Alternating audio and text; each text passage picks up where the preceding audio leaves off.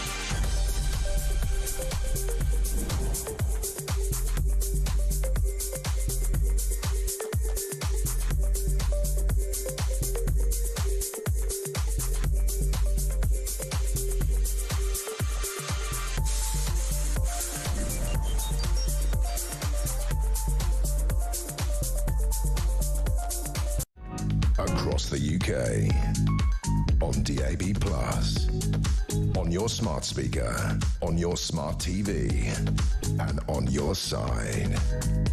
This is Talk.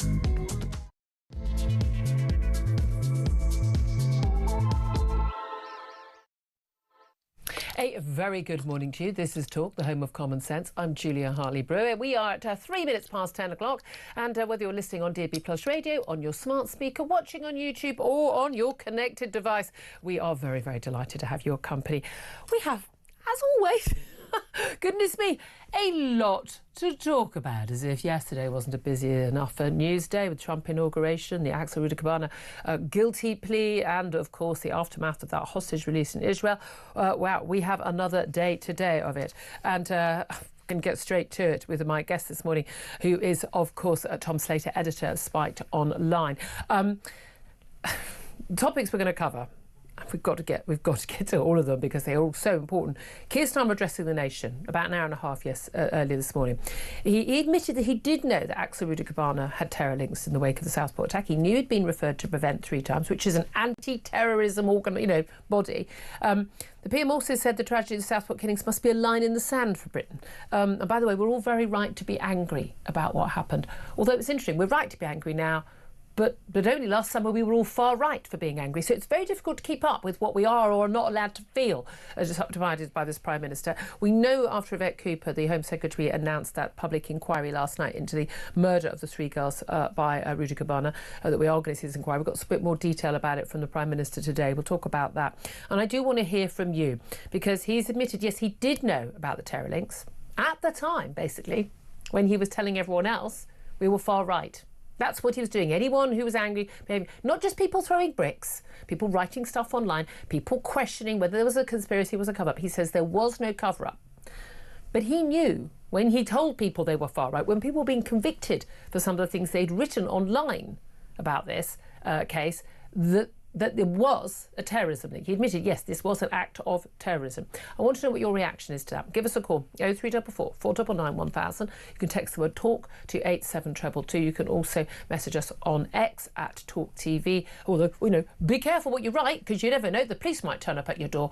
Calls are charged at the national rate. Text costs 1 standard network rate message. Also, obviously, going to be talking a lot about Donald Trump. There's executive orders, pardons for the January 6 rioters, and much more besides. But Tom Slater, let's come straight to you on this Southport case.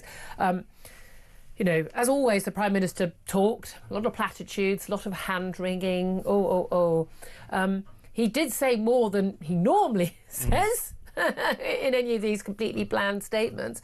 But fundamentally, he admitted that, he did know. Mm-hmm. He did know about these terror links.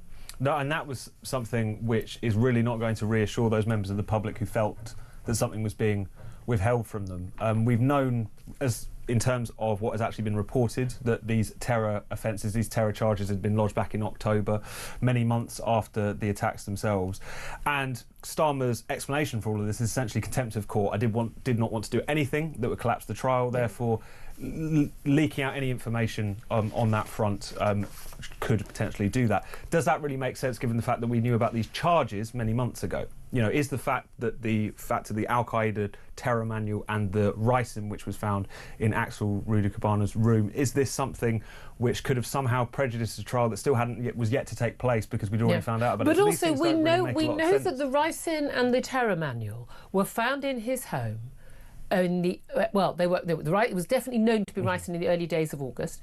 It was they'd found manual. So the horrific stabbing. And by the way, everyone's talking about the murder of 3 girls, the attempted murder of about 20 girls. I mean, there are still 8 girls who are recovering from their stabbing wounds, and some more of the detail is emerging. I mean, it's an absolutely horrific, life-changing event for these children, and the families, and not just those who lost their children. I mean, the whole thing is just beyond awful what happened, and 2 adults stabbed as well. But they knew within days that there was ricin, there was this terror manual. The act of having downloaded that manual itself, that act is a terror act. For them to say there is no terror act, this is not terrorism. For them to actually then, not to even announce those charges or make those charges until I think it was October, months after. I mean, clearly people have reason to think there's a cover-up. Well, they certainly have reason to think that they're being held in contempt, definitely. The thing about our contempt of court laws is the fact that they are based on this assumption that jurors and that the public more broadly kind of cannot be trusted with this amount of information. Yeah. That they will either form a very fixed view which could influence a particular trial, or that the kind of general atmosphere of speculation and discussion could potentially collapse an entire trial. These restrictions naturally treat the public with contempt, and that's something that should be looked at. Then there's the other question of, even above and beyond what was required by law, were the government being particularly cagey about these details because there was this fear of some kind of backlash, of continuing to inflame tensions? And it's hard to think that wasn't the case, given the fact that this information was known very early on, that we also knew about these charges many months ago. Surely being slightly more open with the public, to the extent that the law allows, would have been a much better strategy. And the law does allow more information. Again, it's Nigel Farage who was very much criticised for some of the comments he made. Like, is there a cover-up? He knew he'd been given information. This killer had been referred to prevent programme. Now, I'm very much in favour of us keeping information in the public eye. that could prejudice Jar being out of the public eye. I don't like the American system where anyone could go on telly going, he's a killer, he's a killer. No, I'm sorry, I want people to be innocent until proven guilty, even when the evidence is overwhelming, as it was at that time. There wasn't a question of, oh, was it this crazed madman with a knife, or was it a different crazed madman with a knife who was chased out? We knew, they knew it was him. There wasn't a question of, oh, has he been picked out in a lineup? That wasn't what the case was going to rest on. However, they did put out information that they thought would help the authorities, which was, hey, he's born in Cardiff. He's not a legal immigrant, but he wasn't. He was born in Cardiff. And they knew that fact was true, but they also knew it was, I think Matt Goodwin said it was disingenuous. They knew what people interpreted. And at that point, people realised afterwards, because people who've been on the scene were going, well, I saw the guy. I know what he looked like. I don't think that is a fair representation of what they try to put out. And we all know what they were trying to do there. I mean, in terms of the Prime Minister saying, there's a lot of platitudes, like every parent in Britain will have had the same thought. It could have been anywhere. It could have been our children. Like, yeah, absolutely. But he said, we must make sure that there's a fundamental change in how Britain protects its citizens and its children. In pursuit of that, we must, of course, ask and answer difficult questions, he says. Questions that should be far-reaching, unburdened by cultural and institutional sensitivities and driven only by the pursuit of justice. This is what we owe the families. I will not let any institution of the state deflect from the failures that had happened. Failure which in this case frankly leaps off the page. He was referred to a prevent programme, 3 separate occasions. On each of these occasions a judgment was made. He did not meet the threshold, etc, etc. None of this. It's now time for questions. The first of those is whether this was a terrorist attack. The blunt truth here is that this case is a sign. Britain now faces a new threat. Terrorism has changed. Later on, he was asked by a reporter, do you think this was terrorism? He said, yeah, it was a case of terrorism. But when he says the time has come to ask and answer difficult questions, and we mustn't let any institution deflect, that's exactly, and unburdened by culture, of course, that's exactly what Labour has been doing all this time, and the Tories quite a lot as well, but particularly Labour. It's what they've been doing. Since the grooming gang story, it's what they've been doing for 20, 30 years. It's what they've been doing on every time a question is raised about people. And again, even the argument, oh, well, this guy wasn't an immigrant. Oh, well, in that case, he was the child of immigrants. He was the child of immigrants from a country that had been war-torn in Rwanda. There's evidence that his father had been involved in that war. Now, for goodness sake, there is ample statistical evidence that the children of immigrants, particularly from war-torn countries where there has been violence, are more prone to violence. There's evidence of this. And yet anyone who raises that is racist, xenophobic and far right. When Keir Starmer says this is all going to change now, there are going to be open questions, open answers, and we're going to talk about it openly and not deflect, do you believe for a minute that he means it? No, I think a lot of this exercise in calling for a public inquiry, whilst will be met gladly by some people in terms of getting to the bottom of what happened, there clearly has been a broader state failure in terms of not picking up these prevent referrals and doing something about them. There's also a way in which you can kind of generalise the problem, deflect attention away from the way in which the government themselves handled it. And the details that we're eking out about this case is an important case in point. The reason that they seemingly, the police that is, revealed that Axel Ruda-Cabana was born in Wales, that he was a British citizen, was obviously in response to all of the genuinely far-right, hard-right misinformation that was completely flying untrue around stuff, yeah, about him being a Muslim asylum seeker and so on. And yet you did think to yourself, this is proof of the issue that was being pointed out in the first place, that because there was this vacuum of information, because there was this caginess about talking about what had actually taken place here, partly informed, obviously, by the perpetrator's age, but also partly informed by contempt of court and so on, but generally speaking, it was clearly much more cagey than it had been. You created the environment in which they did lose control of the narrative, in which people were able to wildly speculate, in which you did get a situation where, again, misinformation merchants and people who genuinely did want to stir up trouble and direct anger towards mosques and so on, and leading to the horrendous violence that we saw, were able to operate. Yep. So you think the lesson of that whole period was maybe we need to be more open with the public, maybe the way in which that we could previously control information, the flow of information, doesn't really work in the social media age. We need to adapt. They didn't listen to any of that and allowed the genuine bad actors online to take over as consequence. Yeah, I mean, you know, my colleague Isabel Oakeshott, you know, we're going to talk to Richard Tice in a couple of moments. He, Nigel, me, you know, I wasn't away on holiday for a week of this. I apparently was responsible for people rioting in the streets when I was away on holiday, lying on a sunbed. I came up from a snorkel and discovered I was responsible for this. It's like, that was news to me. Again, I've never endorsed violence. I've always said, you know, good God, I mean, every single time I'm absolutely staunch on this. You don't break the law, you know, you battle to change the law, whether it's on COVID or anything else. I found that absolutely extraordinary. Let's play a little clip, though, of Keir Starmer when he was asked about... Oh, no, apologies, we haven't got that clip ready. I do apologise. We will get to some clips a little bit later in the show, I promise you. As much as you want to hear Keir Starmer clips. I mean, you know, I mean, really, you know, we do have a clip. He's talking about withholding information about the responsibility for the disorder. And here's what he had to say about that. Responsibility for the disorder and the violence lies with those that perpetrated it. And we need to be really clear about that. But let me address the facts as you put them to me. There has been a failure here, and I don't intend to let any institution of the state deflect from their failures, and I acknowledge that readily here. Yes, I knew the details as they were emerging. That is the usual practice in a case such as this. But you know and I know that it would not have been right to disclose those details. The only losers, if the details had been disclosed, would be the victims and the families, because it ran the risk the trial would collapse. That was actually in response to a question from a journalist about, about withholding the information. Do you think that flies, Tom?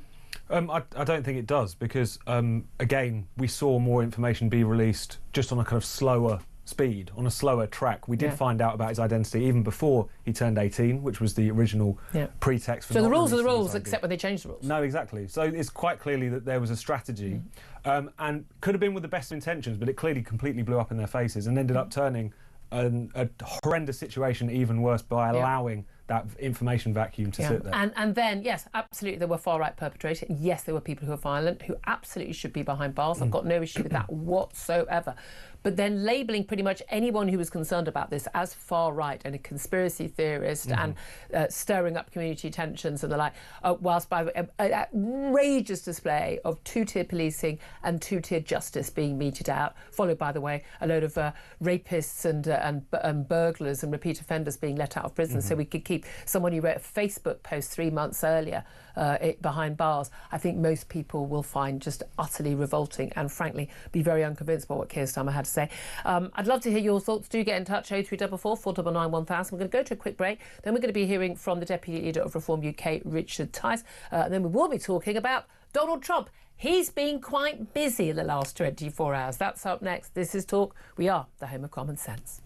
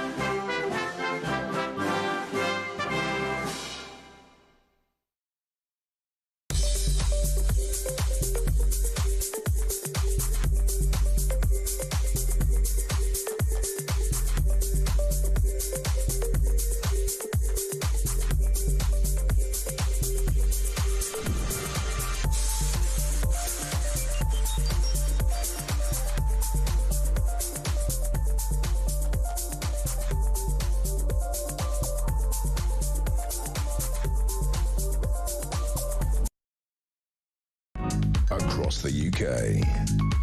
On DAB+. On your smart speaker. On your smart TV. And on your side. This is Talk. Very, very good morning to you. This is Talk, the Home of Common Sense. It's 10:20. I'm Julia Hartley-Brewer. Tom Slater, editor at Spiked Online, is with us. We've been discussing the Southport inquiry that's been announced, and also Keir Starmer's statement this morning to the nation just under 2 hours ago. Let's talk about it with Deputy Leader of Reform UK, Richard Tice, who joins us now. Richard, very good morning to you. It's good to know, is it not, that according to the Prime Minister, we are right to be angry about what happened in the Southport attack, in which 3 girls were stabbed to death, 8 others were brutally stabbed, children, and another 2 adults as well. But last summer, I believe we were all far right, were we not? Difficult to keep up, isn't it?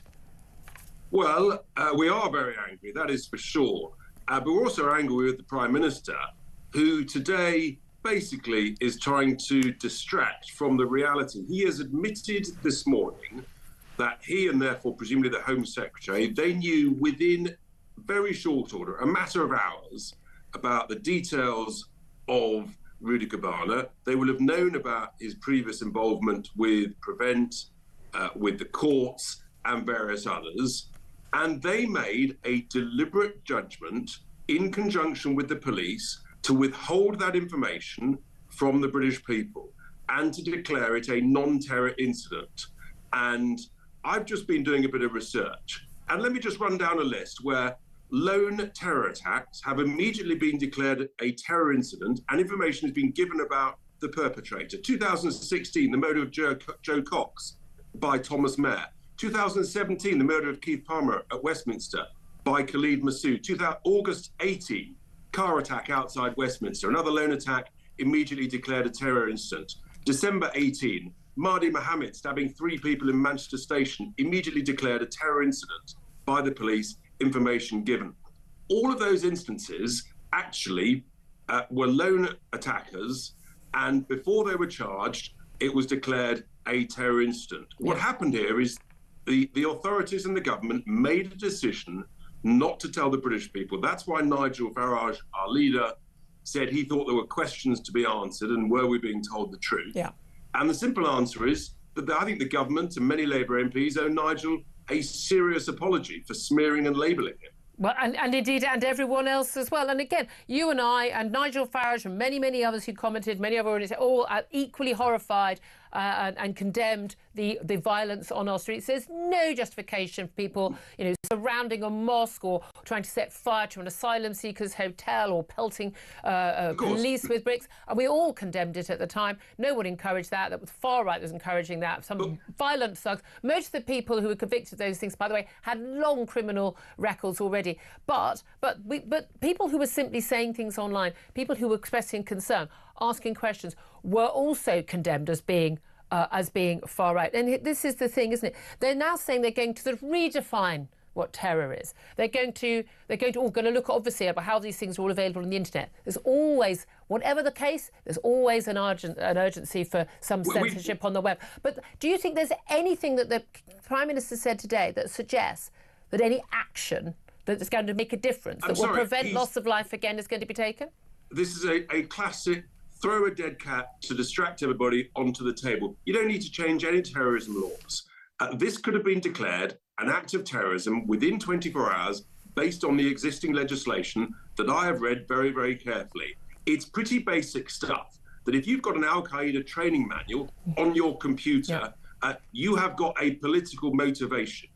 And that in itself is a terror offence. It is an offence to have that. That is the criteria to give you the motive that if you then carry out a violent attack, it is a terrorist attack under the Terrorism Act 2000. So I'm sorry, they are deliberately misleading us to cover up the fact that they chose not to tell us the truth at the time, and they chose to say it was a non-terror incident. I believe through political correctness and because they wanted to cover up the failure of multiple state agencies over many years over this complete monster. And look, fine, have your public inquiry. Funny, isn't it? He's happy to announce a public inquiry when clearly other people apart from Labour councillors are clearly to blame. But if it's Labour councillors to blame, no, we're not having a statutory public inquiry. funny that. I tell you what, this stinks to high heaven. Exactly. No grooming gang inquiry, but we'll have an inquiry into this. I want to play you a very short clip of what Keir Starmer had to say, talking about the significance of this tragedy in terms of going forward. I'd love to hear your thoughts on what he has to say here. The tragedy of the Southport killings must be a line in the sand for Britain. We must make sure the names of those 3 young girls are not associated with the vile perpetrator, but instead with a fundamental change in how Britain protects its citizens and its children. In pursuit of that, we must, of course, ask and answer difficult questions.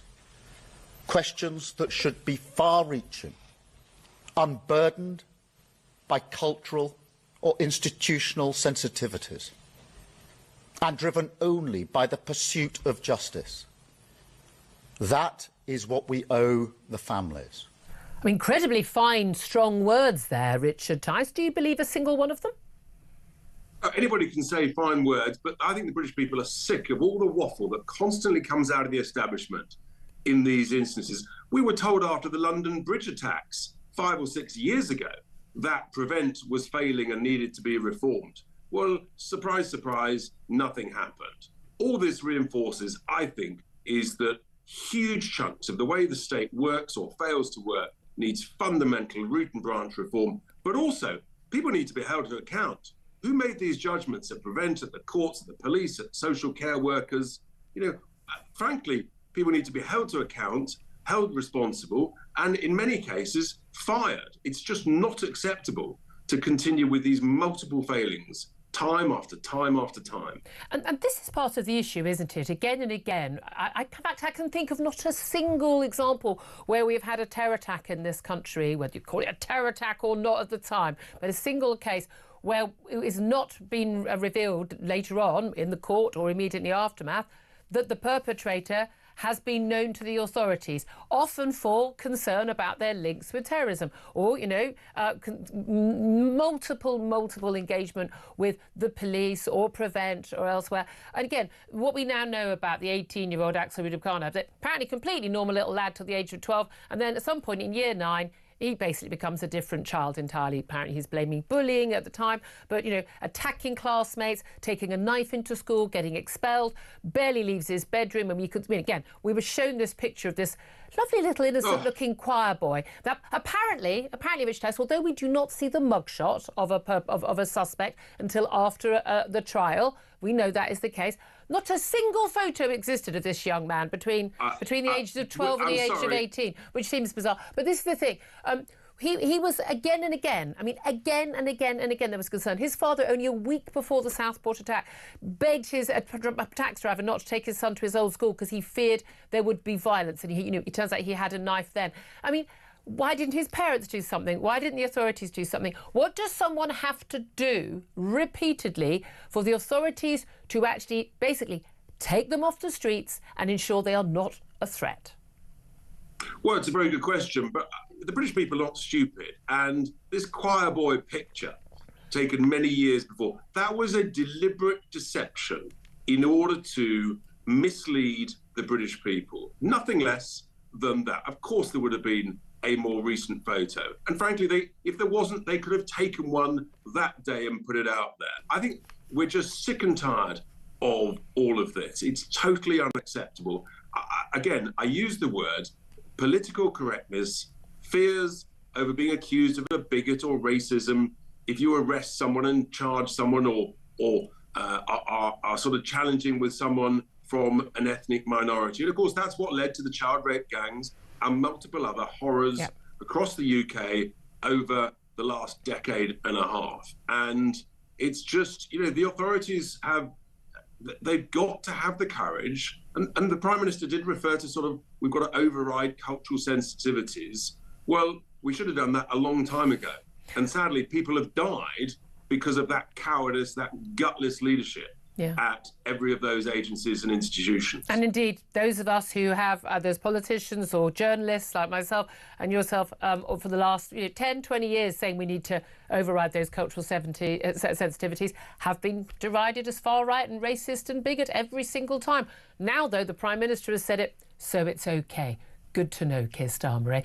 Richard Tice, Deputy Leader of Reform UK, thank you very much indeed for joining us. Come back to you, Tom Slater. I mean, again, the photographs, that was kind of one of the giveaways. Was genuinely not a single photograph of Rudy Barnett for 5 years, apparently. That was a really strange one. There's not even a scrap of CCTV that exists.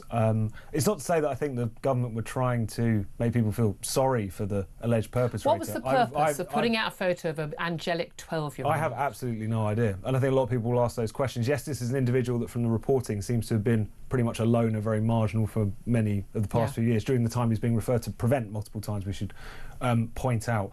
But the fact that no other images existed is another one of many questions people will be asking as they look at this case. Yeah, and again, it seems minor, but again, it's all part of that sort of what was the message, what was the deliberate attempt. I mean, the Prime Minister says there is no cover-up, we're going to have this full inquiry. I don't know. I mean, I've never been a conspiracy theorist at all. I've been like poo-pooing a lot of this stuff. There is clearly there are questions to be answered.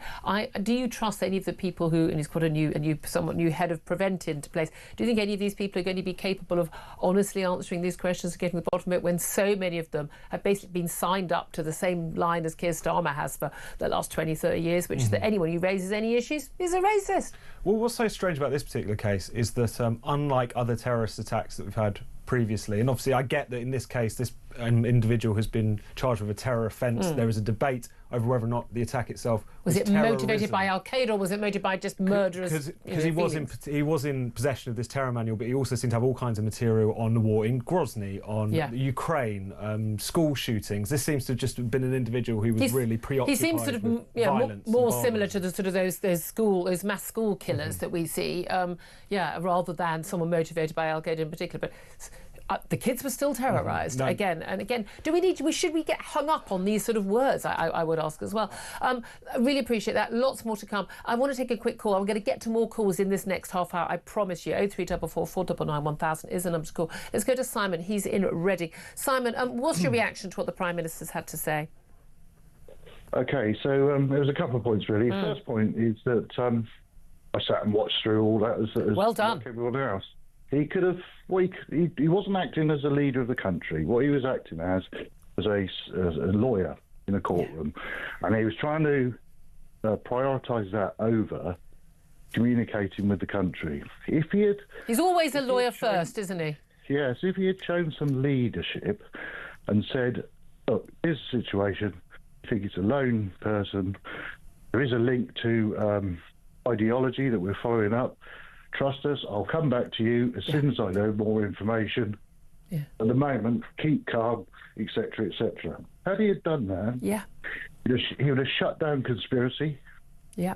He would have shut down foreign actors trying to stoke unrest. Yep. He would have shut down rioting. He would certainly have shut down people who thought twice about doing a tweet and then stopping it and then getting prosecuted. But the fact that he didn't, the knock-on effect was that all this stuff happened. Yeah. And it's just that 14 years, you would have thought he'd had some leadership training, or perhaps he had sat down one day and said to himself, well, actually, I'm leader of the country now. Yeah, I'm not just a lawyer. And again, and as other senior legal figures have said, actually they could have given more information. They chose some of the information to give out. They could have given other information if they'd chosen. Simon, I so appreciate a call. Very good points. Thank you very much indeed. If you want to have your say, give us a call 0344 499 1000.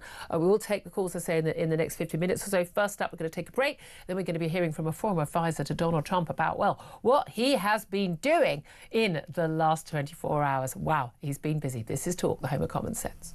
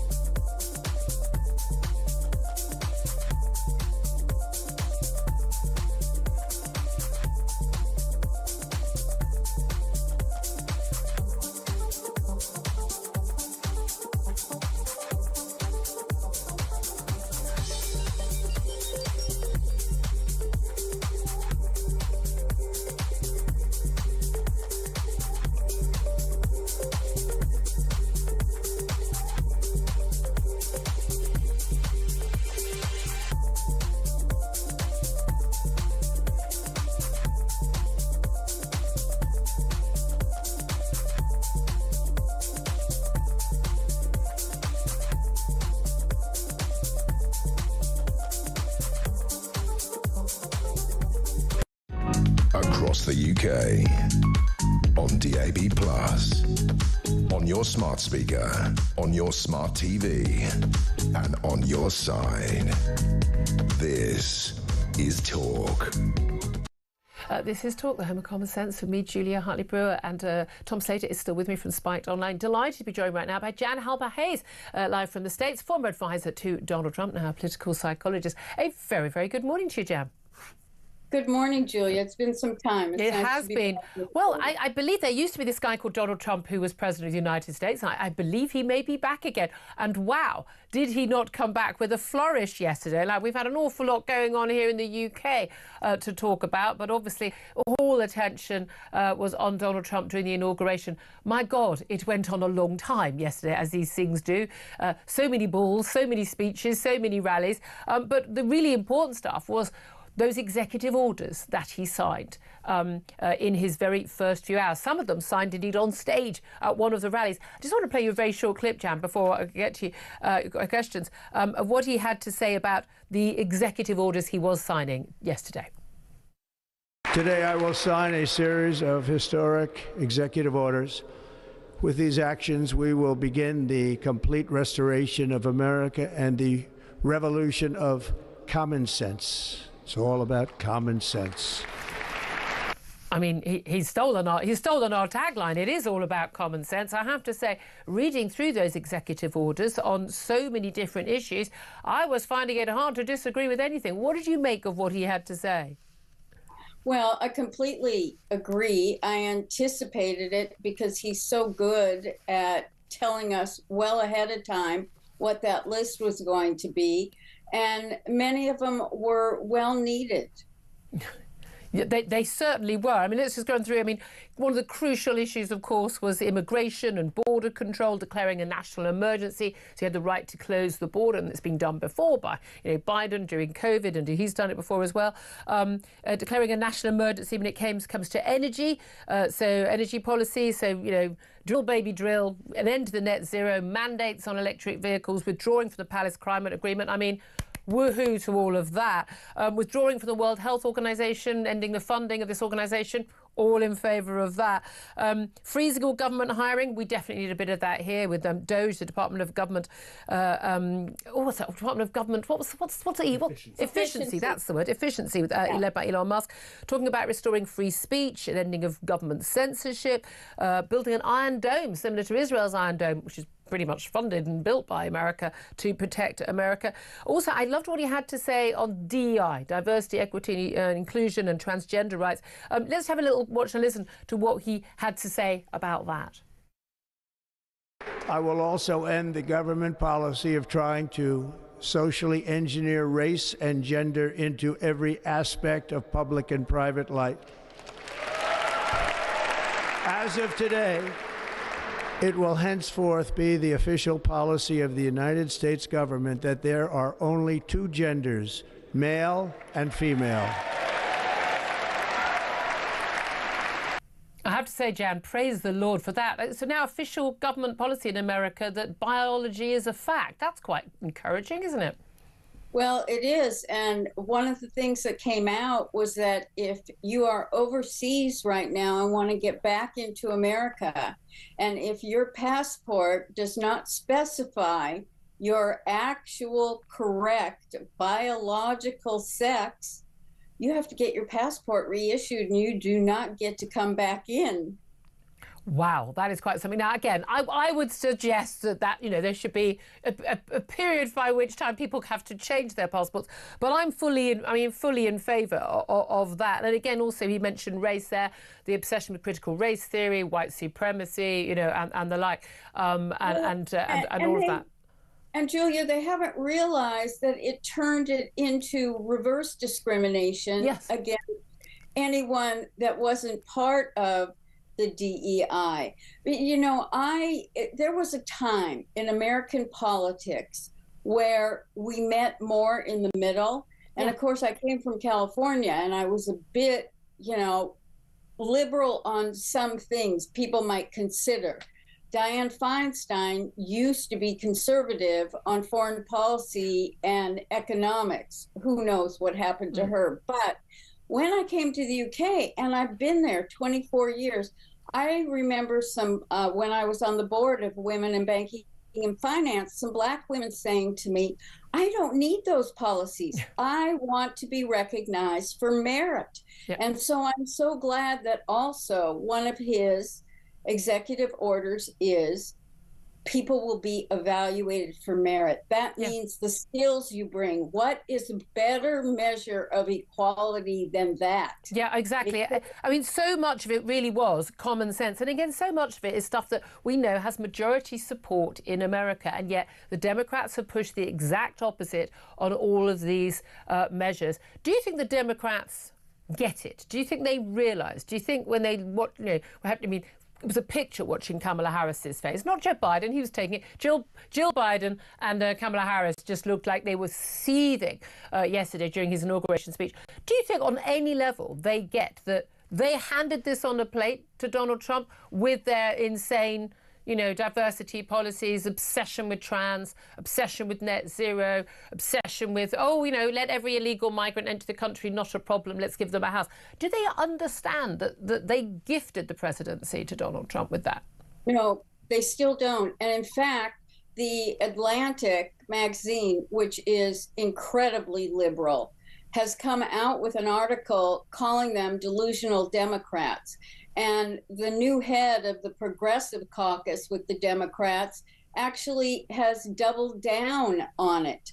And they doubled down on everything. They do not see that they handed this to us. They do not see the Democrats that they drove from their own party. I mean, there have been people who have voted Democrat all their life, but there is hope that there will be financial stability and improvement. And in fact, they don't have hope that the Democrats are yet going to open their eyes. They still are into identity politics. That is so old. Yeah. It's just like any politician that thinks being liked. Donald Trump got rid of that in 2016. You have to like him to get elected. He really doesn't care, although he does like being loved and adored by his fans. And one of the things that he did, which he knew would get him a lot of love from his diehard fans yesterday, was when he announced, from the stage that he was going to give a full pardon to some 1,500 of the January the 6th rioters. Only a handful of them are going to face, I think, some 14 particularly violent offenders.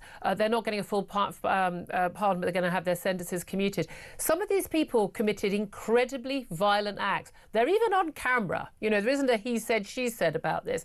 I mean, given that he himself was going to face charges that were dropped once he became president-elect over his role in encouraging, if not leading, but certainly encouraging actions which easily led to the Capitol 6 riots. Do you think this is a good move by him? Well, it is, but the reason that people aren't yet on board with it is that we need more information to come out. And the fact that the Select Committee destroyed all the evidence is of great concern. The other part is Nancy Pelosi's own daughter was there recording.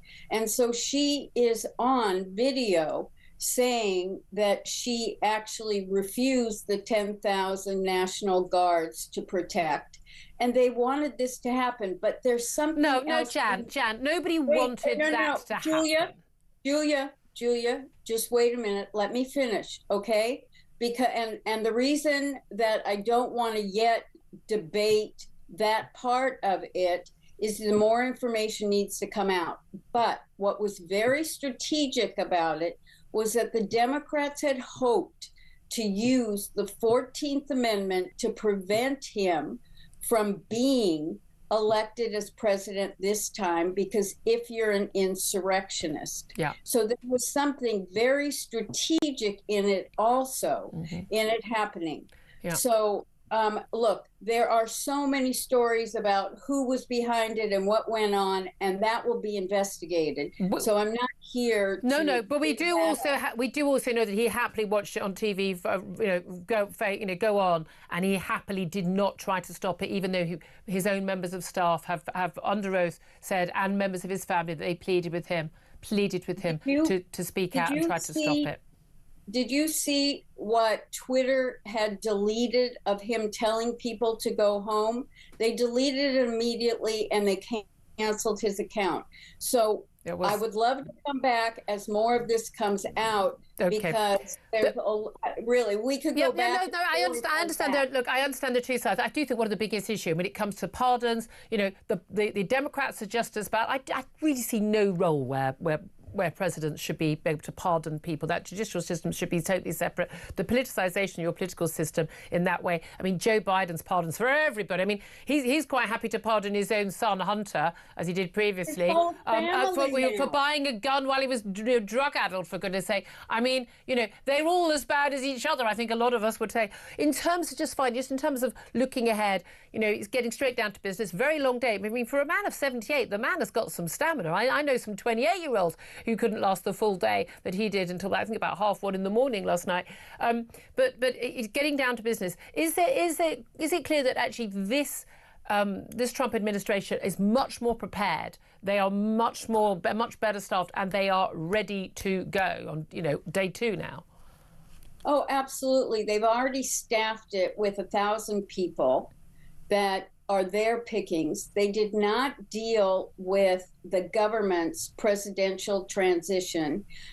Russ Vought, who will head up the executive office as well as the Office of Management and Budget, gave a wonderful interview explaining how they have figured out how to deal with obstacles and barriers that were put up in 2016 to make government work. Right. And the fact is that the DOGE, the Department of Government Efficiency. I don't know why we can't remember what it's called. It's terrible. I know. I want to call it government excellence or something, but they haven't gone to that. Is also going to look at regulations. Let me give you an example. Very, very briefly, if you could. Sure. In 1984, Congress passed a law that the media no longer had to present both sides of the argument so that they could be biased. Then the Smith-Mundt Act in 2013 through Obama allowed for propaganda. That is also why our media has gone so crazy. And I'm going to say, American media is definitely crazy. We're going to have to leave it there. I'm sure we'll talk again. Jan Halper-Hayes, former advisor to Donald Trump. So appreciate you taking the time to talk to us. 10:48 is time. Love to hear your thoughts on Trump's executive orders. There was a lot of common sense there. I don't agree with everything, but my God, I would love the equivalent of a new Prime Minister here in the UK. Ain't getting it from Keir Starmer, that's for sure. Give us a call on that, 0344 499 1000. But crucially, we are asking you your reaction to what Keir Starmer had said about what he knew about Axel Rudikama and his terror links. But no, there wasn't a cover-up. Oh, yeah, and we're all right to be angry. We were far right last summer, but we're right to be angry now. Your reaction to that? Give us a call. This is Talk.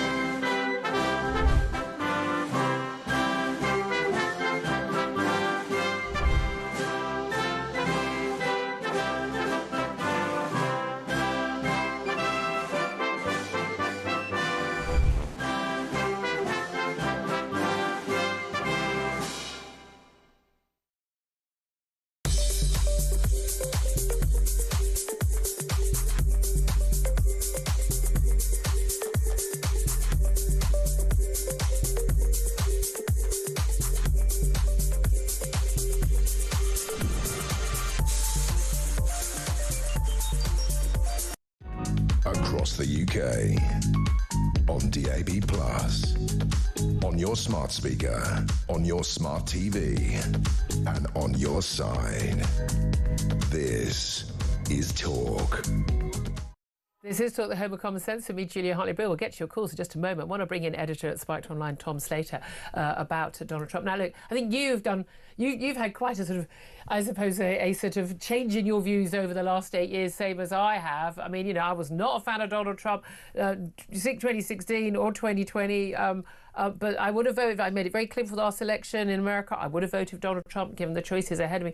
Very excited by a lot of the things that he's announced. Where do you stand on him now? I feel like I've actually been pretty consistent in my position with Trump, which is that whilst I'm not a supporter of him, I still recognise that the opposition to him was infinitely worse than he was. And also that the reason that people were drawn to him, the reason that those voters, many of whom had voted Democratic for generations, switched to Trump, the reason that at the last election you had all of these black and Hispanic voters who were really treated as the sole property of the Democratic Party, decided to get behind him, that those reasons were good reasons. They had been ignored by the Democratic establishment. They weren't listening to their concerns about immigration, identity, gender, whatever you want to call it, that they'd felt terribly served by an establishment which often just patted them on the head and then ignored their material conditions. All of that, I think, has been borne out. And also that, I think, particularly during Joe Biden's presidency, the kind of new Democratic establishment that we saw that had gone from being out of touch to actually being quite clearly vengeful and anti-democratic, needed to be defeated. And so whilst there's always going to be things around the edges, the January 6th circus, Trump's tendency towards authoritarianism, Trump's... we've seen plenty of that from the Democrats too. And it was, I think many voters came to the conclusion, understandably so, that his kind of pantomime tendencies in these respects paled into comparison to the much more concerted and much more powerful forms of that kind of authoritarianism. That's my thing for me. The pendulum just swung so madly in the Democrat direction. And if it has to go too far the other way, so be it, to get some semblance of a sanity back. And I think that's what's going to have to happen here as well. I really, really do. Let's go to your calls now, though. You can call about Trump as well, but I certainly want to hear your thoughts on Southport, particularly what Keir Starmer had to say this morning about what he knew and what he didn't know as ahead of, around the time he was condemning people, not just for riots, but for just, asking questions about the Southport attacker. Let's go to Matthew. He's on the line in Bolton. It's called 0344 499 1000. Good morning to you, Matthew. Good morning, Julia. It's good that you're covering this story. What do you want to say? There's a lot to unpack from his waffle. Certainly is. Mike's use of the word plank comes to mind. Yep. This info that supposedly was withheld, has anyone cared to ask what it was? Any of the media who were there, did they say, well, what was that? Why can they not now tell us what that info was? Well, the information about Prevent and about, again, they definitely knew about the ricin and the Al-Qaeda manual. They knew about that by early August, 100%, and they kept that back. Right, OK. Well, it's not been clear from what I've heard. I think the Chief Constable, Serena Kennedy, has questions to answer. Oh, yeah. That she hasn't been mentioned anywhere about her part in this, in the withholding information. The mugshot is laughable, presenting a child, absolutely disgraceful. Yeah, I mean, again, they don't normally give the mugshot of someone who's accused, but the idea there wasn't another photograph of him looking vaguely like he did on the day of the attack is quite absurd. Yeah, it's totally deceptive. It was deliberately so, wasn't it? And he's born in Cardiff. Of course. Yeah. And I think the subject that's not being covered is his parents. Are his parents here legally? They are here legally, yes. They are? Yes. We've known that for some time. But one of the crucial things here... How do we know that, Julia? OK, you're right. I can't see someone's record, but there's no... there were a number of people who came from Rwanda post the horrible conflict there. But one of the key things here, the question marks for the parents, I would say, was you were so scared of your son getting into a taxi to go to his old school a week before the Southport attack. What? And you didn't literally just go to the police there and then and go, I need you to arrest my son, or go to the doctor. I need you guys to put my son in a mental institution because I think he's a danger. Absolutely. The line in the sand has been drawn way before this incident anyway, so that's more waffle. You've had Manchester Arena, etc. The other attack, 7-7. So the line in the sand's been drawn way before, so now he wants to rewrite history. And also the sentencing, they've already asked to use mental health issues as a mitigating factor. We know that's the defence, although he didn't offer any defence. We know that's what the defence is going to do. Yeah, we're going to see what happens. I doubt very much that he's going to get anything less than a life sentence, but as my guest yesterday pointed out, he can't be on a whole life tariff because he was under 21 at the time of the attack. It was 17. Basically, he's going to be out in 20 years, realistically. Matthew, thank you very much indeed for joining us. Stuart's in Wigan. Stu, what do you want to say? You've got about a minute or so. Well, I'm absolutely bouncing me. I hate this mob. He's a traitor, he's obnoxious, he's a liar, and he's a total and utter scumbag. To keep this away from people, he needs locking up, never mind anything else. He knew all about this. He knew all about this, and he's put them parents through all this, and he's put them through the fact that this one's gone in court first time, when Simon knows actually who his parents were, because he was the one that fought for upstairs. He's a scumbag. He needs to be locked up. No, I don't know why he needs to be locked up and why he's a scumbag. I think he was part of the cover-up. I mean, again, did the police lie to Keir Starmer? No, he absolutely knew about the prevent links. That information should have been put up, but given to the public. But that doesn't mean he should be locked up. He should be locked up anyway because he's covered everything up over grooming gangs as well. There are, and he's done it with other people. Pretty much everybody was trying to do that from start to finish. That's the thing. But you just don't accept anything he had to say this morning. I don't accept anything he's got to say ever. He's a proven liar. I mean, I have to say, I don't trust. I say I don't trust that he believes a single word that he says ever. That's for sure. Stuart, I don't even think he's got enough bottles sick up for his own kids. Yeah, that is so true. That is so true. Stuart, thank you very much. I appreciate your call. Again, a lot of anger. But again, we were all far right for being angry last year. But don't worry, now we're all quite right to be angry. It's so difficult to keep up with the Starmer rules, isn't it? Love to hear your thoughts. Do get in touch. 0344 499 1000. Going to be talking a lot more about that statement today about the Southport attack, more of what we know about the Rubicana, and we're going to be talking more about Donald Trump, those executive orders, and hey, common sense breaking out. This is Talk. We are the home of common sense.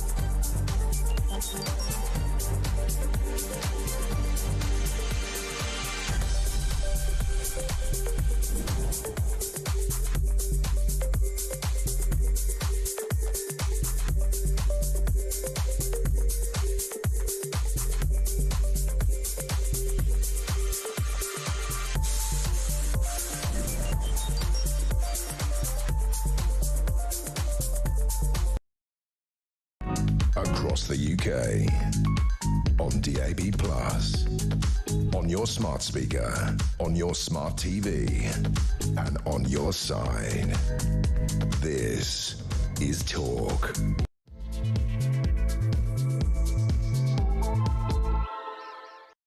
A very, very good morning to you. Thank you very much indeed for joining me. Welcome back to the show. I'm Julia Hartley-Brewer. This is Talk, the home of common sense. And whether you're listening on DAB+ radio, on your smart speaker, watching on YouTube or on your connected device, it's always great to have your company. Coming up in the next hour, we're going to be talking a lot more about Keir Starmer addressing the nation this morning about a couple and a half hours ago. He admitted that he did know Axel Rudikana had terror links in the wake of the Southport attack. He knew he'd been referred to Prevent on 3 occasions, but he said there had been no cover-up. He did say that the tragedy of the Southport killings must be a line in the sand for Britain. We've also had that announcement of the national inquiry into the attacks. Also going to be talking more about Donald Trump. He declared that the golden age of America begins right now in his inauguration speech as the 47th president. He announced sweeping changes to immigration, economic policy, climate policy, withdrawing from the Paris Climate Agreement and the World Health Organization among his executive orders, and a full pardon for 1,500 Capitol rioters on January the 6th. It's already been criticised by the likes of Nancy Pelosi and others who cowered for their own safety as the Capitol was facing that full-scale riot. And today, Rachel Reeves, the Chancellor. Remember her? Rachel from Accounts. She's heading to Davos, to the World Economic Forum, where she's pitching a plan for UK investment and growth to the rich and the powerful. I'm sure that's going to go very well. Just as, of course, we see unemployment go up this morning to 4.4%. And by the way, she's the Chancellor of one of the biggest economies in the country, newly elected. Hasn't been asked to do a single keynote speech or even appear on a panel at Davos. That's how much she, and we, by extension, don't matter. No one thinks they have anything to learn from the British economy. What a surprise, eh? I think they probably do think they've got something to learn from what Trump is doing with the American economy. I'd love to hear your thoughts on what he had to say in his executive orders. A lot of common sense, I think, there. I might disagree with some of them, but overall as a package, I'll take it. Thank you, Mr. President. But I also want to hear from you about what our leader, Sir Keir Starmer, had to say this morning in a long statement at Downing Street this morning, where he also took questions from journalists. He admitted that, yes, he did know that Axel Rudikana had terror links in the wake of the Southport attack. He did know he'd been referred to Prevent 3 times over a number of years, but he insisted there had been no cover-up. What's your reaction to that? Love to know your thoughts. 0344 499 1000. Text the word TALK to 87222 and also send us a message on X at talkTV. Calls are charged at the national rate. Text cost 1 standard network rate message. Joining me for the chat, along with you on the phone lines, is Tom Slater, editor at Spiked Online. Tom, just your reaction to what Keir Starmer had to say today. Well, as ever with Keir Starmer, you feel like if he'd have said some of this many months ago, the situation could have been quite different. He's finally got round to accepting that there is deep public concern about a catastrophic state failure in this particular instance. The number of times over recent years where in the wake of some horrendous massacre, terror attack, what have you, you hear those words known to the authorities. For that to be repeated again on a horrendous killing, the murder of 3 young girls, the attempted murder of many more, the viciousness involved, and the fact that 3 times over the course of about 18 months, Axel Rudikana was referred to the Prevent programme and nothing seemed to have actually been done about this. I accept that this is the profile of this case is a little odd from what we've seen previously. Yes, he was in possession of this Al-Qaeda training manual, this academic study of it, but he seemed to have just been obsessed with violence of all kinds of different flavors and kinds. We don't. But, you know, I love the reaction to that is like, oh well, eh? No, do you know what I mean? Okay. Exactly. It doesn't fit into category A or category B, and therefore you miss it. The fact that only weeks before he actually managed to commit his depraved attack, he was seemingly going to try and do something very similar at his old school. He was hoping to do a massacre at his old school where he'd already been expelled, had been carrying a knife, had arrived there with a hockey stick and beat people. One kid got a broken wrist. We knew he was dangerous. They knew he was dangerous. His parents knew he was dangerous. The police knew he was dangerous. Even the officials who had to liaise with him over his education, not that he turned up to the specialist schools he'd been assigned to, would only attend with police. And yet this young man was free to roam the streets as and when he wanted. When his father wasn't there to beg a cab driver not to take him to his old school where he feared he was going to commit violence. I mean, again, I do think the parents have a lot to answer. I mean, there's a whole oh, well, we lost control of our son. Yeah, but at what point do you say, and we've had cases of people before pleading with authorities, you need to put my son into institutional care. He's a danger. And we saw from that mugshot, which was only released, and it is only, these mugshots are only ever released, are they not, after a verdict of guilt or a guilty plea.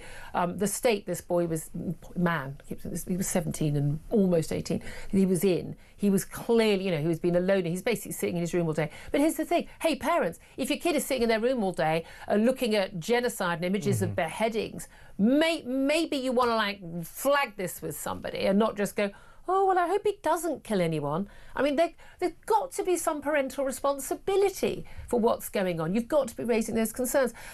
Let's listen and watch a little clip of Keir Starmer at this press conference today, talking about, the accusation of him withholding responsibility and information and why he didn't give information at the time. This is what Keir Starmer had to say. Responsibility for the disorder and the violence lies with those that perpetrated it. And we need to be really clear about that. But let me address the facts as you put them to me. There has been a failure here, and I don't intend to let any institution of the state deflect from their failures, and I acknowledge that readily here. Yes, I knew the details as they were emerging. That is the usual practice in a case such as this. But you know and I know that it would not have been right to disclose those details. The only losers, if the details had been disclosed, would be the victims and the families, because it ran the risk the trial would collapse. But again, when we talk about disclosing details, why was it necessary to disclose that this man was born in Cardiff? I did my journalism training. You had to pass the law course to get the diploma. I worked as a news reporter. I covered court cases for a number of years as a news reporter. I know what you can write at the moment. I put out a tweet only yesterday morning saying, please don't put yourself in contempt of court. Don't derail the trial by putting out anything on social media, begging people, let the jury do their job. This is the rule of law. But why were certain bits of information put out? Where someone was born, that's not a piece of information that is normally allowed as a name, age, where they're from, what they're charged with. Why were we not allowed to know that ricin had been found? Why were charges not apparently brought until October, after July 29th? We know the ricin was found and confirmed as ricin by the early days of August. August, September, October, 3 months before they charged him with ricin and possession of the Al-Qaeda manual. The Al-Qaeda manual possession in itself was a terror offence. That ownership, downloading that is a terror offence. This was known by them. In no way would that have prejudiced any future trial. No, and also That's these nonsense. Details did come out. They just came out slowly, and that suggests that there's they waited till wet weather, so we weren't out in the streets rioting. Apparently, that's their thinking. I wonder. And also, I think there's a big element of a combination of a kind of lawyer's brain. Computer says no, he's under 18, therefore we can't let too much information out there. And then a judge just overturned it, and it was obvious there was a public interest in doing so, not least because of all the nonsense and misinformation that's swirling around online. You combine that with a terrifying fear that the more you tell the public, the more likely they are to become volatile, to repeat some of the horrendous scenes we saw in Southport and other northern towns in particular after that attack. I think the opposite is obviously the case. The information vacuum that was created allowed for the speculation, allowed for the bad actors, allowed for all that to be pumped out. And I think, hopefully, that's one lesson that will be learnt by an inquiry or review, is if you take the public seriously, if you allow, up until what the law allows, the information to be out there, to be presented, you can trust them to actually ingest it without turning into some kind of mob. If anything, the mob was whipped up because there was that vacuum. Because there was indeed. Well, look, let's have a listen and a watch to just another short clip of what Keir Starmer had to say about how this awful tragedy must be a line in the sand. Here's what he had to say. The tragedy of the Southport killings must be a line in the sand for Britain. We must make sure the names of those 3 young girls are not associated with the vile perpetrator, but instead with a fundamental change in how Britain protects its citizens and its children. In pursuit of that, we must, of course, ask and answer difficult questions. Questions that should be far-reaching, unburdened by cultural or institutional sensitivities, and driven only by the pursuit of justice. That is what we owe the families. You always know when Keir Starmer really sort of is on the back foot and really wants to sort of, get a message across, when he talks very, very slowly. It's how Starmer tries to convey seriousness and emotion. Genuinely, it's painful. Even on something such a heart-wrenching story, he still comes across as a robot. And as one of our callers pointed out earlier, he's just always, fundamentally, he's just always a lawyer. It's always a lawyer in the room. You always know that's where he comes from. Do you think any of this is going to fly? Because reading through, going back, watching it and then reading through all the transcript, make sure you don't miss anything. There's talk about how, people are right to be angry. People are angry and people are right to be angry. Again, I say the people who were right to be angry were called far-right. He didn't just say the people who were throwing bricks and surrounding, in asylum seekers' hotels and talking about burning them. I mean, there were some horrific criminal acts last summer, and those people deserved to be convicted and they deserved to be behind bars or have or other punishment. But there were many, many other people, hundreds, who were punished for simply writing things, people who were very angry, very upset. Those people now are okay to be angry. Last summer they were far right. I was far right. You were probably far right. Everyone who talked about it was far right. Difficult to keep up, isn't it, with the rules? I just wonder why, in the wake of that horrific attack back in the summer, he couldn't find the words to do something very, very simple, which was to focus on the horrendous attack itself, not how people online were talking about it, to talk about what needs to be done in order to ensure that, first of all, a fair trial is there, but also to make sure that broader lessons are learned. And, of course, because of the scale of the disorder that we saw, because of the scale of the racism that we saw on our streets and also online, to find a form of words to condemn that as well. This isn't beyond the wit of man. Anyone who was a serious politician should have been able to do that. Also, hey, why not condemn the gangs of Muslim men armed with baseball bats who were also... No, they weren't arrested, they weren't threatened. People literally having to barricade themselves into a pub. People just sitting there, mind their own business, barricading themselves in the pub. A man sort of, beaten senseless outside a pub just for what's going on. I mean, I'm sorry, the two-tier justice, the two-tier policing, the two-tier criticism is extraordinary. And it's not like he's learned his lessons since last summer and he's really, changed. Only a couple of weeks ago, he was saying that people who were talking about the grooming gangs and how this was an issue with British Pakistani men, which is what it was overwhelmingly, and the people raised this, were far right.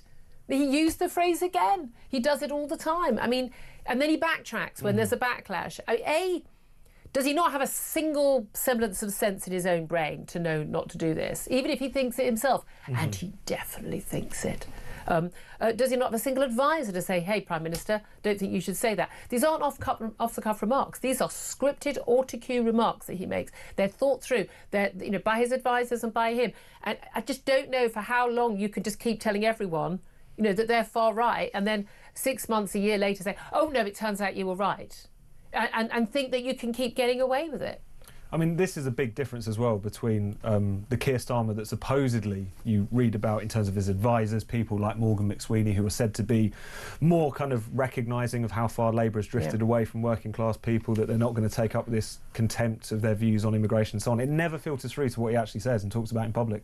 He seems to be incapable, because I think he is still very much a prisoner of a kind of metropolitan liberal groupthink, of just taking these issues head on. And I think he would get a fair amount of plaudits for doing so. And now reacting less so, as a human being. Too much has been reacting as a dad. I mean, I don't know about you. I mean, it's just like my reaction to Southport killings. There's the journalist in me. They say, we're on air. There's something going on. Something's going on. I remember we were on air and the truth would emerge just after 1 o'clock. And we were talking about it. And then your horror, and as a journalist, you want to tell the story, but your horror also as a mum. I mean, the idea you'd take your kid to some great fun holiday camp thing with Taylor Swift, that sort of thing my daughter would have loved to have gone to when she was that age, and that she doesn't come home alive.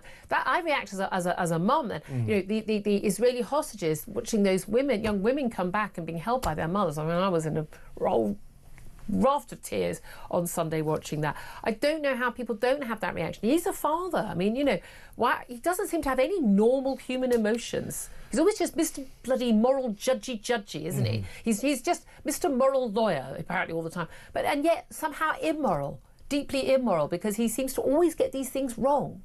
No, absolutely. I think the woodenness comes from, it's not to say that he's not a human being and he's not sincere in his sense of horror at what happened. He just cannot communicate it. And also I think because he's someone who's obviously constantly petrified about the way the media is going to spin him, about the way his remarks are going to be taken, which is ironic because he always seems to put his foot in it. Yeah. He comes across as incredibly insincere as a consequence. And also I think when you're a politician... because he is. But also because when you're a politician who doesn't really believe in very much, aside from I quite like to be Prime Minister and I don't like Jeremy Corbyn or whatever, it's very difficult to be a sure-footed public speaker because you don't actually know what you think. You don't actually know what you stand for. You don't really know what you're So you can't just go, sod the autocue. Listen, this is what I think. From one talking point to another. Absolutely. And that's what we've got. Look, I would also want to talk more about Trump in this quick section as well. So much to talk about. In terms of the executive orders that he signed yesterday, a lot of the websites this morning, newspapers are already out of date, obviously. the inauguration just went on for, as far as I can tell, about 47 days. Lots of dresses, lots of hats, he went from rally to rally, speech to speech. They ran about, I think, an hour late by the end. 3 different balls, 3 first dances. Everyone looked lovely. All went very well. The main thing is what was actually announced is going to make a difference, not just to the American people, but to the world. And I think, as we are very much downstream from American politics, one would hope it would filter down here, although I have no expectation that Labour will take on any of this and maybe will do what the Democrats have done and just double down on their madness. But executive orders regarding border control, net zero, drilling, drill baby drill, energy security, withdrawing from the World Health Organization, freeze on government hirings, government efficiency, barring government censorship, defence, building the Iron Dome, like similar to Israel. Basically, there are only 2 sexes. Sex and gender used to mean the same thing. There's just 2 sexes or 2 genders. Everything else doesn't exist. Male, female, end of, that's it. Ending all DEI, critical race theory in government offices. No federal funding for teaching children lies that they're born in the wrong body. I mean, I'm loving all of this. No, not yet an order on tariffs. Renaming the Gulf of Mexico the Gulf of America. I care not a jot about these things. But in terms of stuff, policy, energy policy, economic policy, immigration policy, policy on sanity, about biology.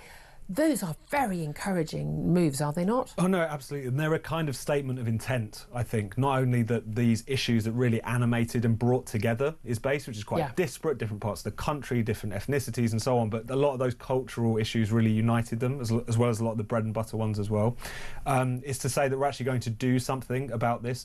I think populists, sometimes rightly, sometimes unfairly, are often accused of making a lot of noise about certain issues and then not really delivering on them. So I think this flurry of executive orders is a statement of intent. Yeah. And as you say, it'll be interesting to see whether or not they can actually fortify those things for the longer term. Again, there is a lot of executive power, and I know one of the things he wants to do is very unlikely. He will probably need a constitutional changes. The birthright to citizenship. Say, if you are born in America, even if you're a child of illegal migrants, and literally, mum pops over the border for you to give birth, you're entitled to US citizenship, and also ends up obviously a lot of those parents being able to stay as a result. Wants to end that. I doubt really whether he's going to get the support for that, and that's kind of really a side shift. But it's going to be fascinating to watch as these deportations, we understand, are beginning today. But again, same here in the UK. Why are people thinking it's bad or wrong or immoral or cruel to deport people who've got no right to be in your country? You either believe in borders or you don't. They believe in borders when it comes to Ukraine, but bizarrely don't believe in borders when it comes to their own country. I mean, one of the most disastrous things for the Democrats, for large sections of the Labour Party, the centre-left more broadly, is its embrace, not simply of migration, but illegal migration, to be relaxed about it, to think it's not really a big deal, to be willfully naive as to the idea that if you have porous borders, that bad actors might exploit them, that you might end up with a lot of dangerous people in your country, that you might just become a route through which actually organised gangs and cartels could exploit your own weaknesses at the border in order to operate and inflict misery, not just in their own countries, but also within your country as well. This has done it for various governments of the kind of centrist to centre-left makeup across the piece now. And the only ones that are clinging on in places like Denmark are ones that have recognised that you cannot continue on along this route. And even though there might be areas in which Donald Trump is seen to go too far in the other direction, to be too callous, to be too over the top about this, the only reason he's been put in power is because of the fundamental failure to do the basics where borders and legal migration is concerned. And again, there was awful, those images, kids in cages, it was absolutely horrific. The fact that it was also done by Obama completely seemed to escape the American media's notice. I'd love to hear your thoughts on all the big stories we're talking about.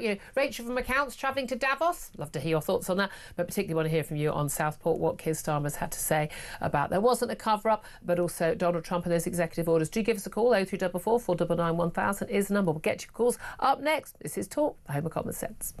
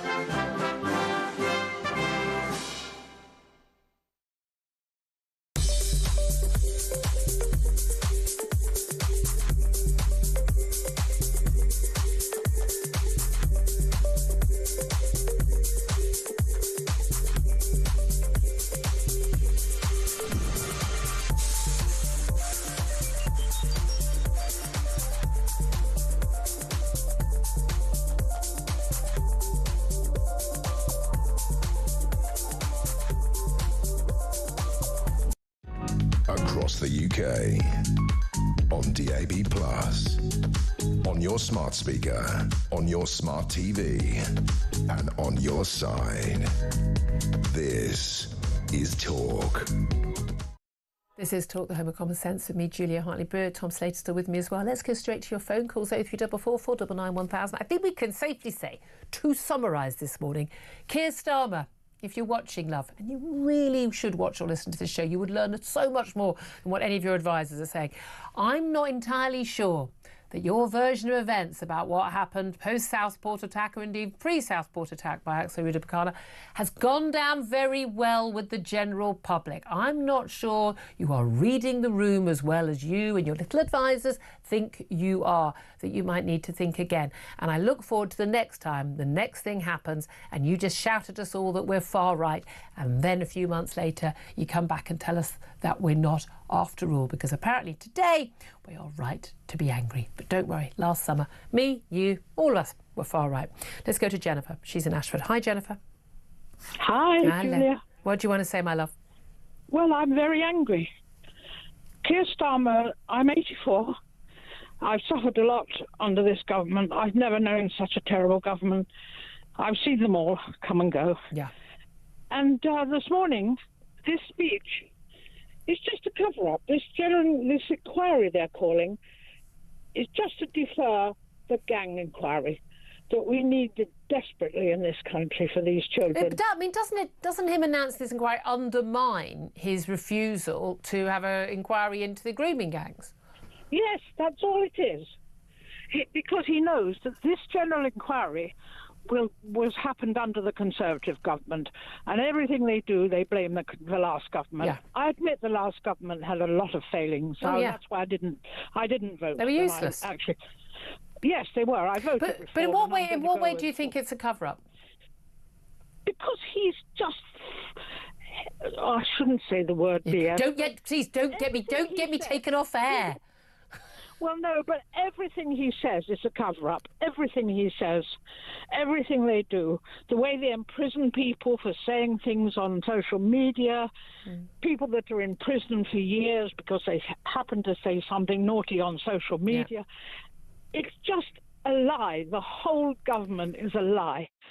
They're all underqualified. They don't know what they're doing. They don't know what the next step is. Believe me, I've lived 84 years, Julia. I've got a lot of psychology in my head. I know what's going on. They're just not very good. They're not very good, and they think that we're awful, don't they? That's one of my things. They think we're stupid. Yeah. No, and bad. And bad. Are stupid. Yes. And the other comment, just one other before I go on my rant. You go for it. Is how many terrorists are we bringing in on these boats? Do we know? No, I think that's rather the point, isn't it? We don't know. But don't worry, they're all of fighting age. I think you'll find, Jennifer, if you check, they are all engineers, physicists and brain surgeons. Right. Who miraculously have qualified at the age of 20. Fine, thanks. I mean, you know, I'm just telling you what I'm told. Jennifer, I appreciate your call. Thank you very much indeed. Dave is in London, wants to have his say. Dave, what do you want to say?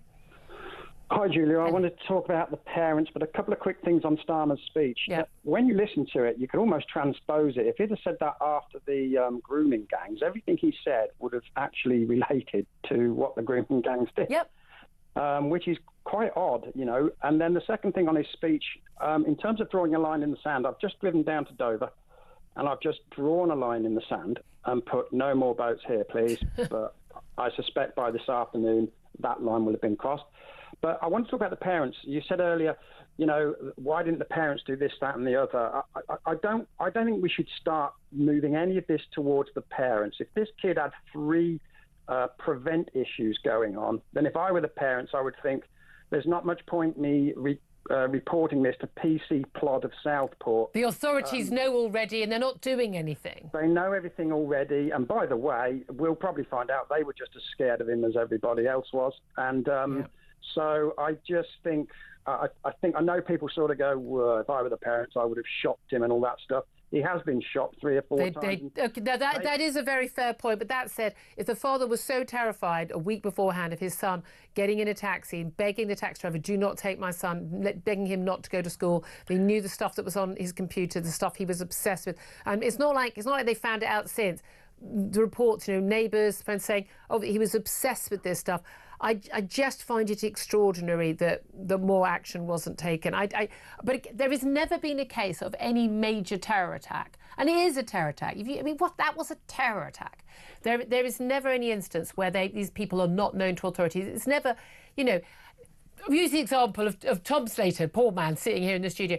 You're not going to see a story next week that out of the blue, Tom Slater, no history, the checkers, no history, has just suddenly decided to go on a rampage, killing a load of people. You're not going to see that. Every time they've been following them, they know them, they're worried about who their contacts are, what they're looking on their computer, they've been reported to authorities. Every single time.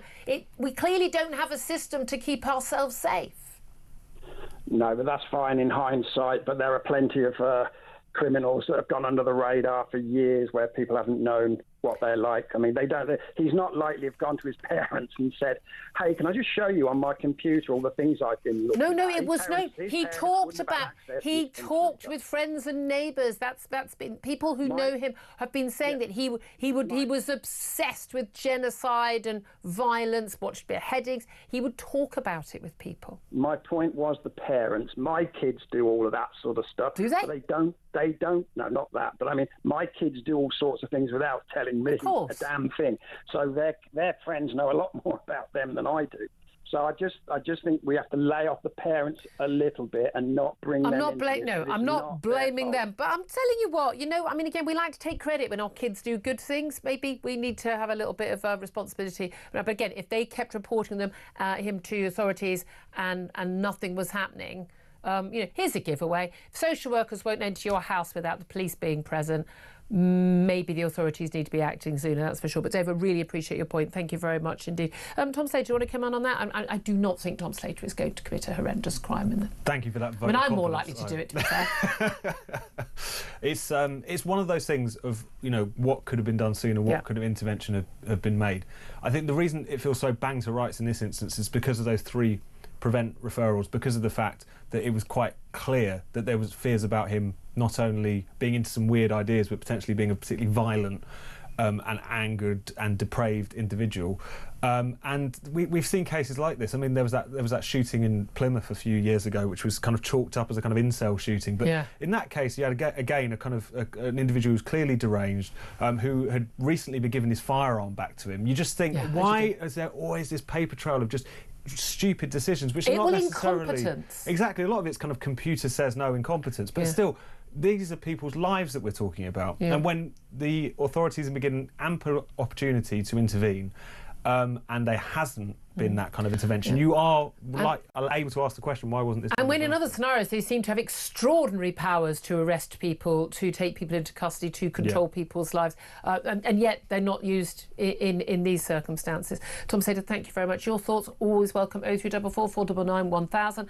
Up next, we are going to be talking to a former Labour advisor about Rachel from Accounts travelling to Davos, and more about obviously what Keir Starmer had to say today. We'll also be talking to barrister Natasha Hausdorff of UK Lawyers for Israel about what Donald Trump's arrival in the White House means for the future of Israel. This is Talk.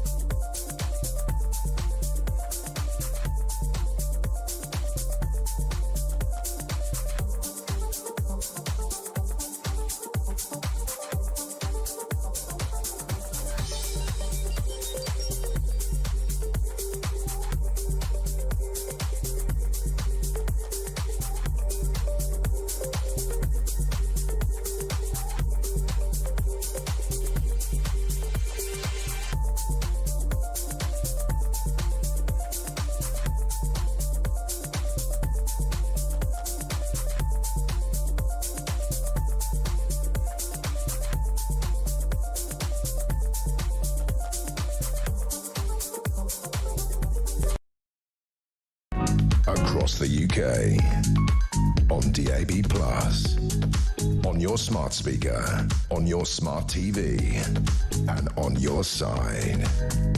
This is Talk. Very good morning to you. Welcome back to the show. This is Talk, the Home of Common Sense with me, Julia Hartley-Brewer. Let's go to our next guest now. Richard Powerside is a former Labour advisor and joins us. Very good morning to you, Richard. Good morning, Julia. Thank you for joining us. Former Labour official, I should say. Sorry? Former Labour official rather than advisor. Does that... OK, fair enough. All right, then, big difference. I wouldn't want to suggest that I was taking on somebody else's job. That's OK, very, very fair enough. Two topics I want to talk to you about in particular today. Obviously, first up, Keir Starmer's address to the nation today. He says basically, he was aware of, Axel Rudabakana had been, the Southport killer had been referred to Prevent on 3 separate occasions. He was aware of these terror links. He later, with questioned, was admitted, yes, this was an act of terror where these 3 little girls and 8 others were stabbed. 3 little girls died. But he said there hasn't been a cover-up. He also said that people were right to be angry. Why did he think last summer, do you think, that people who were angry were all far right? That's not what he said. Last summer, he said that he talked about far-right thuggery. Yeah, so he was talking about people who were violent being far-right. And that seems like a very reasonable thing to me. I want to pick you up on this thing about him saying yesterday that it was an act of terrorism, because that's become a big part of the debate, one of the things that Nigel Farage has picked up on. Look, he's made the decision as a leader to describe that as an act of terrorism. He has every right to do that. But the police have still not actually classed it as terrorism, as far as I'm aware. And they've done that on the basis of the evidence they've got. I mean, some people are saying that they think this terrible, terrible crime was like the act of a really mad, ill person as opposed to the act of a terrorist. Now, you can make a philosophical question or whatever about what the difference between those things is. But the point is the police have never at any point said that they're sure it was a terror event. Except that he possessed ricin, and had made ricin, but also he possessed an Al-Qaeda terrorist manual. Now, the key thing about that is he's admitted guilt of owning that manual, downloading it. The act of doing that is a terror offence. So I'm not disagreeing with you about whether or not we think he's a terrorist, or whether or not I personally think. I mean, I wonder if this matters to those 3 little girls' mums. Does this matter? Well, that's a completely different. Okay, but you're talking about 2 different things here, right? And these are really important differences, because the accusation of a cover-up is predicated on the idea that somebody should have, that the government should have said when these terrible murders happened that a terrorist act had taken place. And the point is that the police at no point have said that they thought that they had evidence that the murders were a terrorist event. Not that he was. Except they did have evidence, because they found ricin in a terrorist manual, which they didn't mention for 3 months and only charged with him much later on. And the police have to be incredibly careful about what information they release. You are allowed to say you've charged someone with these offences. What's interesting is when you haven't charged them with those offences, when most people would have expected those would have been part of the charges. It's incredibly important that we don't mix up very, very different things here, right? You're asking me to talk about Keir Starmer and what the government's chosen to do, and now you're talking about the police and what the police you're talking about the police. You're saying the police.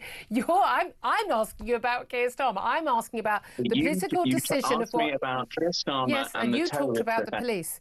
Richard, I'm not sure we're getting very...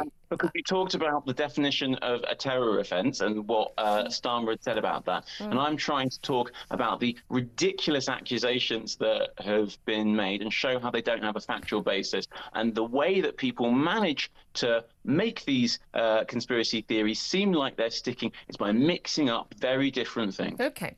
One of the things he said was this case needs to be a line in the sand, and that the failures to prevent this murder and this man's actions leaps off the page. And he says the government will, in the inquiry, ask and answer difficult questions unburdened by cultural and institutional sensitivities.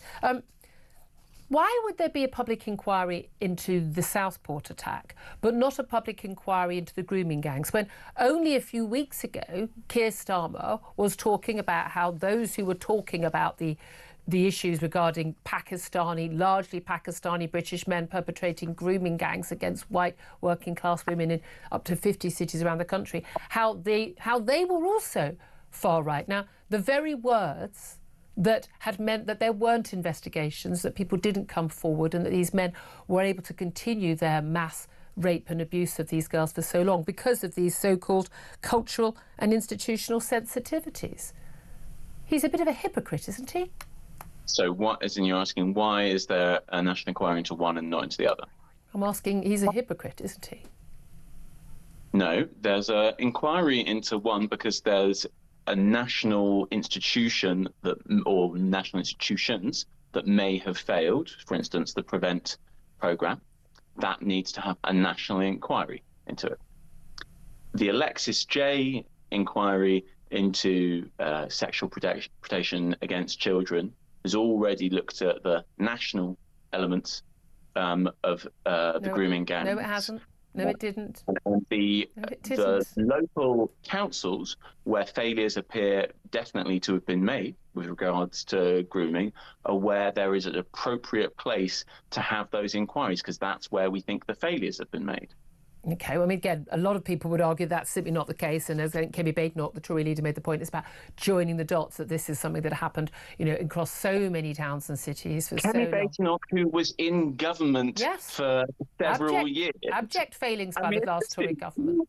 Isn't it? She's suddenly leader of the opposition. Oh, suddenly she cares about these things. Come on. She had, she made a point in PMQs that she had actually spoken about this. But I agree with you. Abject failings by the Tory government over many of these years. I've made that very clear on air repeatedly. We think that governments led by Boris Johnson and Liz Truss were scared of doing something that might offend cultural sensitivities. It's just stupid. It's embarrassing. It's nonsense made up by a bunch of people who are flailing around for things to say on Twitter. That's what the Tory party is these days. OK. A lot of people will probably agree with you on a lot of that. Do you think, though, from what you know, that there has been a failure by organisations to actually deal with the issue of Axel Rudikubana? And do you think that actually a lot of the concerns that people were raising back in, late July and early August last summer were legitimate concerns, given what we know now? There's just so many different things in your question there. Have there been failings? Well, obviously there have been failings. 3 children were murdered. Were things that people said in July legitimate? And people said a lot of different things in July. But if we're asking, is violence more likely to be committed by people from migrant backgrounds? No, it's not. And is migration a wonderful thing for our country that's been happening for an incredibly long time and makes us more diverse and more strong? Yes, it is. By the way, is violence more likely to be committed by migrants from certain backgrounds and certain regions? Absolutely it is, in terms of criminality from people from certain regions and certain countries. Statistically, this is absolutely clear. Not true. When you adjust for class, that's not true. We know the crime is very closely related to socioeconomic status, which isn't very surprising. People who are screwed over by our economy are much more likely to experience trauma, to do terrible things. It's not very surprising, is it? We have an incredibly unfair society, and people who suffer end up imposing suffering on other people.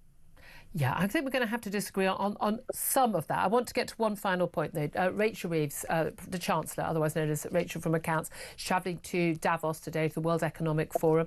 When she was in opposition, being much feted, she was asked to give keynote speeches, appearing on panels. This week, not been invited to do a single speech, not appearing on a single stage on a panel. Clearly, no one seems to want to know what she thinks about anything when it comes to the British economy. We've seen unemployment up to 4.4%. She's desperately trying to get some investment and growth for the UK, and we've seen very low growth levels. We're virtually stagnant right now, as some other economies, like America, look like they're about to really take off. Has Rachel Reeves been sort of, I suppose, exposed as a failing Chancellor? I think you've been slightly misinformed there, Julia, because actually Rachel Reeves was invited to make a speech, and she decided not to. Why would she decide not to make a speech? Because at Davos, that's not, frankly, the most important or useful thing to do. Like, what she's been really focused on is not doing these, like, huge set-piece, here I am events. She's been doing things which are actually useful to the British economy, like going and talking to the important people around the world who might bring a bit of cash into the UK economy. I think that's a great thing to be doing. I mean, she did a great job in China, didn't she? Multi-billion-pound economy, and she got a whole £600 million of investment. I mean, whoopity-doo-dah. These events are not about having a headline where you can say, oh, look, how much money I got in, like, a kind of one-day visit. It's about building up relationships, and it's incredibly difficult right now for us to make sure that we, on the one hand, are creating those firewalls between the UK economy and the Chinese economy that keep us safe and secure. And on the other hand, we don't just immediately upend all of our trade relationships. That's something that requires the highest level political relationships to be maintained, but being maintained in a careful way. That's what Reeves was doing in Beijing. Richard Parasite, we'll have to leave it there. Appreciate you joining us, former Labour official Richard there. 11:48 is the time. A very brief word from Tom Slater.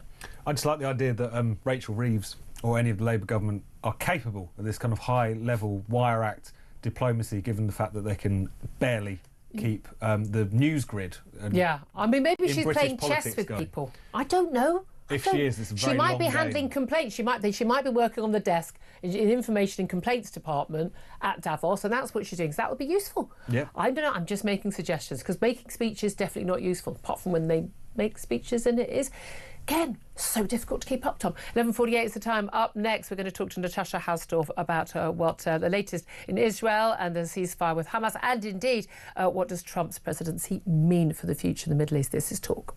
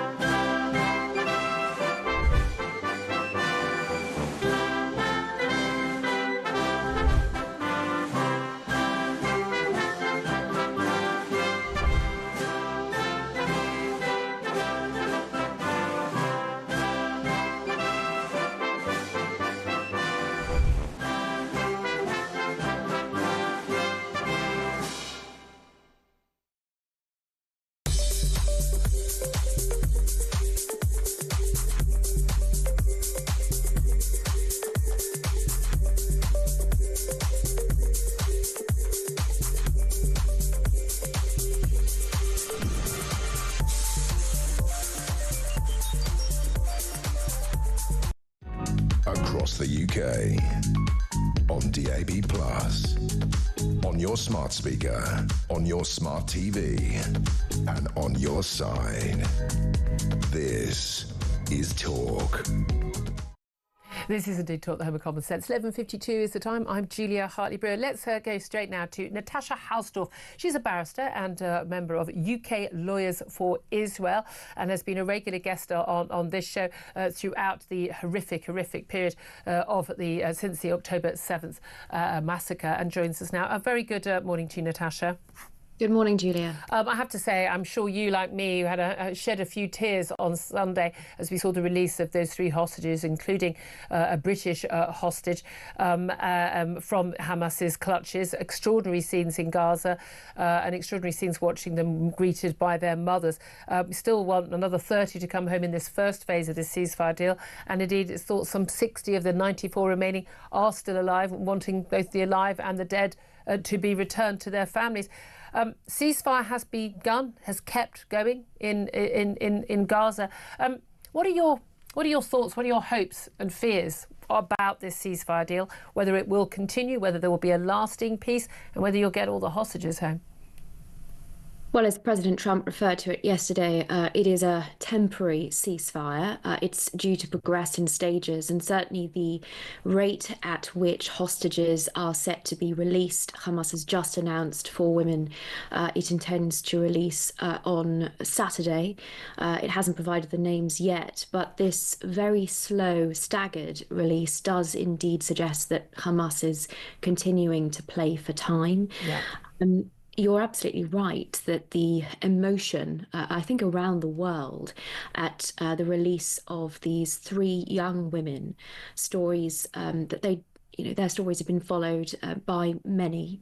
And I think certainly in Israel, there's a strong sense of all of these hostages being very much part of everyone's family, adoptive family. So the emotion is significant, but Israel is, of course, also extremely divided about this, what some have called a deal, some others have called extortion. And the families of victims of terror attacks who have seen the perpetrators of these attacks be released in exchange have likewise been extremely emotional about developments. Well, indeed. I mean, it's a very, very high ransom to pay to get these people back. I mean, these first 3 women released in return for 90 prisoners. I mean, some detainees, but we know that some of the prisoners to release, about 1,000 overall from Israeli jails, are convicted, terrorists, rapists, murderers, very, very, very dangerous men. And we know Yahya Sinwar, the man who orchestrated the Hamas attack on October the 7th, was himself previously a prisoner, released in a similar such deal. It's a very, very high price to be paid. I wonder if it wasn't a member of my family, if that would be a price I would be willing to pay. There have been lots of jubilation at the release of prisoners, but also at the bomb stopping falling in Gaza. Of course, they never needed to be falling if, of course, Hamas hadn't attacked on October the 7th in the first place.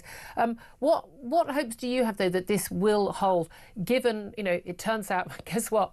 Terrorists can't be trusted. I know it's a surprise to everyone, but it's also given the pressures on the Netanyahu government as well. And how much does Trump's arrival in the White House change things?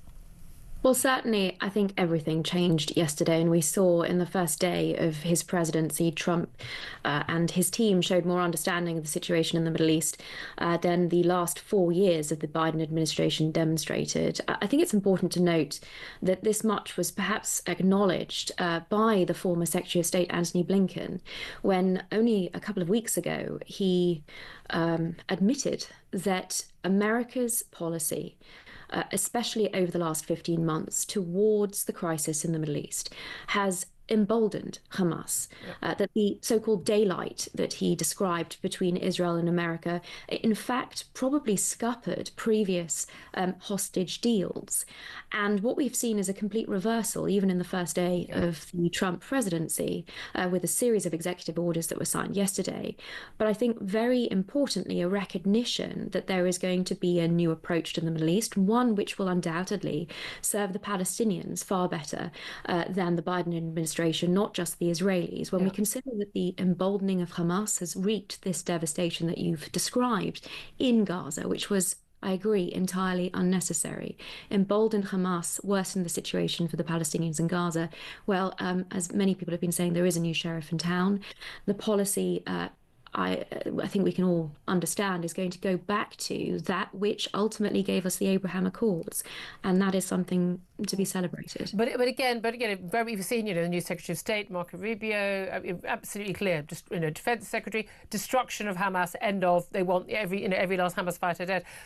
There isn't a moderate version of Palestinian leadership. There is less extreme than Hamas, but by no means moderate leadership. We also know that most of the Palestinian groups in the Middle East don't actually want a two-state solution. They want a one-state solution. That one state does not involve Israel or indeed Jewish people existing at all. So how is this going to come out? How are we going to establish any peace in the Middle East?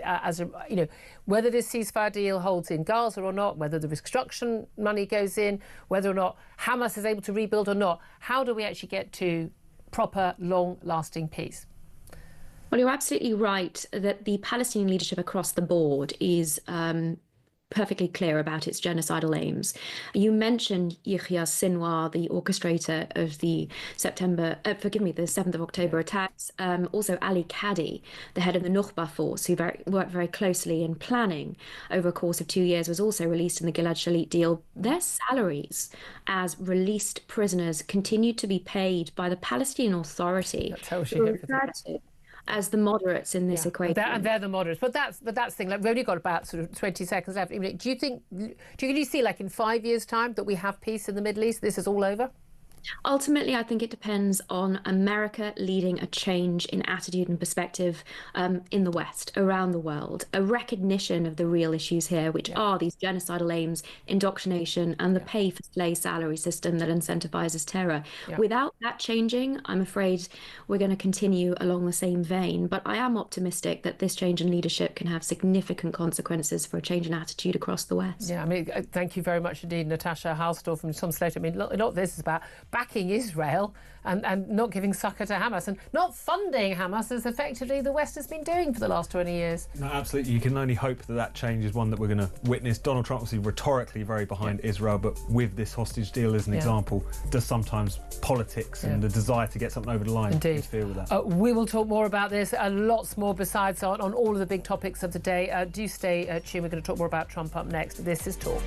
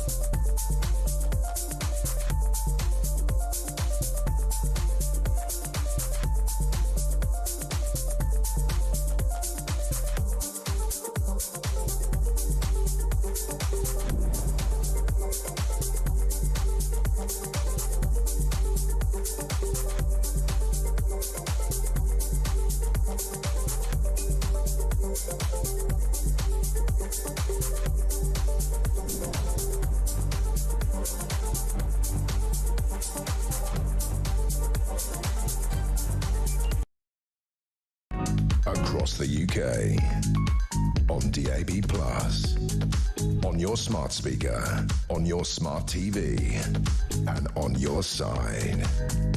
This is Talk.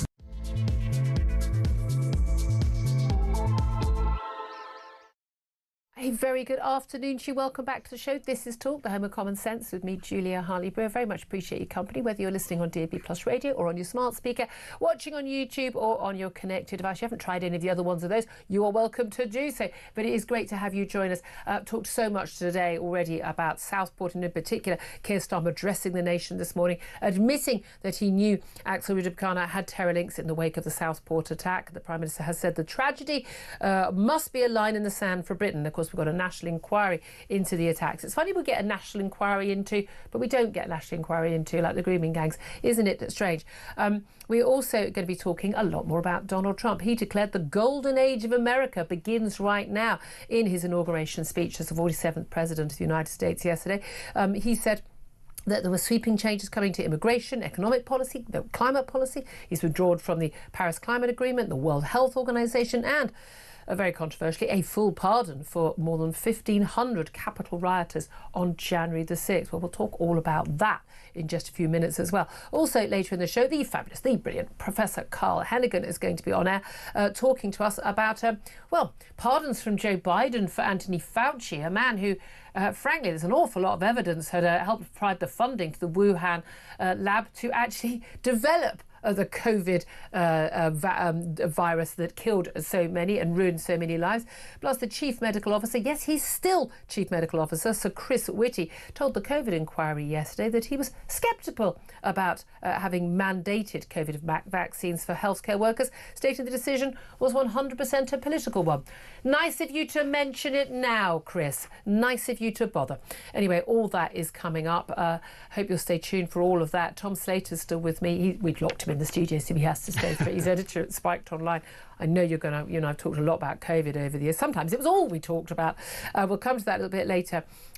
Just before we go to our next guest on Trump, I want to talk more about Trump, and in particular, actually, conversation we were just having with Natasha Hausdorff about what Trump's influence is going to be on the world stage. The two key issues people have been talking about are Ukraine war, what's been happening in the Middle East, but of course he's also got to deal with China. Interesting that the president of China, Xi Jinping, was invited to the inauguration but didn't attend. Keir Starmer would have loved to go, wouldn't he, but wasn't invited. But also related to Ukraine and other aspects, Vladimir Putin. The president said yesterday he was going to be having a meeting soon with Vladimir Putin. What do you think his impact's going to be? Well, I think what we're seeing here is essentially either a changing of tack or maybe just a full realisation of what his foreign policy always was, because there was this general sense that Donald Trump is just a kind of isolationist. It's about America just kind of folding within its own borders, ignoring everything else that's going on in the world. That's clearly not what he's angling for here. It's very much, it's not a return to the kind of liberal humanitarian interventionism where America feels the need to interpose itself into all kinds of different conflicts, to depose all kinds of different regimes. But it's very much about the willingness to intervene in a quite muscular way when they see something conflicting with American national interests. The question is how much of this is bluster and an opening negotiating gambit, or is it really genuinely going to be backed up? Well, he just says he's going to stop all the wars. There's stopping all the wars. There's the questions about Greenland, there's the questions about Panama and whatever. How much of this is bluster and self-aggrandisement? How much of it is the opening gambit in some kind of broader negotiation? And will he actually be able to achieve any of these aims? All of that's up for grabs, but it's clearly this isn't an American president that wants to cut himself off from the world, I guess, as the way it's kind of which is interesting, actually, because, well, actually every American president's been elected on an isolationist agenda. It tends not to work out that way. Well, thank you very much indeed for that. I also want to hear your thoughts on Southport and indeed on anything we're talking about related to Trump. I mean, again, so many big stories this week, but Keir Starmer admitting in a press conference this morning that he knew that Axel Rudabkana had terror links. He'd been referred to prevent on 3 occasions in the wake of the Southport attack. But, of course, that was when he was telling everyone they were far right for being angry. Now it's okay. Now we're right to be angry. But he's insisted there was no cover-up. What is your reaction to that? Give us a call, 0344 499 1000. You can text the word talk, then your message to 87222. You can also send us a message on X at talkTV. Calls are charged at the national rate. Text costs 1, standard network rate message. Right now, let's go to our next guest. Gwenda Blair joins us now. She is a Trump biographer. Her book is The Trump's 3 Generations of Builders and a President. And indeed, Gwenda, you'll have to update, and a president twice over. A very good afternoon to you. Hi there, how are you doing? Very well, thank you so much for joining us. I mean, it was a very long day yesterday, that's for sure. That inauguration, I mean, felt like it was going on for the full 4 years of the presidency, as they often do. For a man of 78, he's certainly pretty darn sprightly. I was saying earlier, I know 28-year-olds who couldn't have managed the day that he managed. What did you make of what he had to announce on his first day in his inauguration speech in particular?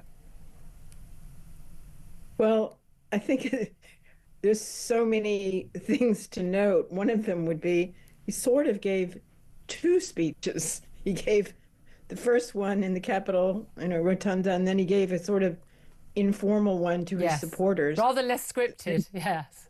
So why settle for just one when you could have 2? And in the first one had certainly a very light coating of unity and going forward and reaching out slightly, and then over a very light coating of that, and then a kind of a redo of the American Carnage speech that he gave his first time when he was being I mean, again, for people who don't watch these things closely, it's very unusual. Normally the message is all, you go back to, JFK, ask not what your country can do for you, what you can do for your country. It's always much more forward-looking, whereas he has, in both his inauguration speeches, second one in particular yesterday, talked a lot about, the campaign, use the sort of campaign narrative and language, which is quite unusual in this scenario. Should we watch a couple and listen to a few clips, in particular when he announced what his numerous executive orders were going to be about? Let's watch and listen to what he had to say. Today I will sign a series of historic executive orders.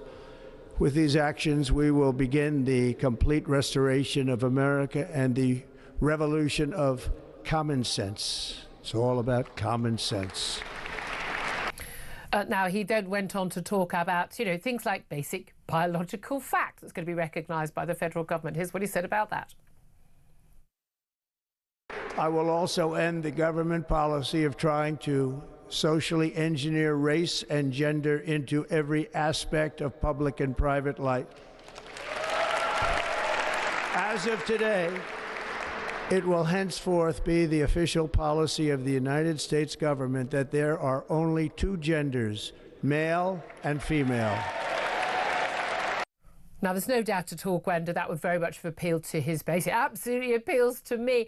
How much of what he says, from what you know about him as his biographer, does he wholeheartedly believe himself, and how much is he just sort of, playing to his crowd, playing to his base? Well, playing to a crowd is his brand.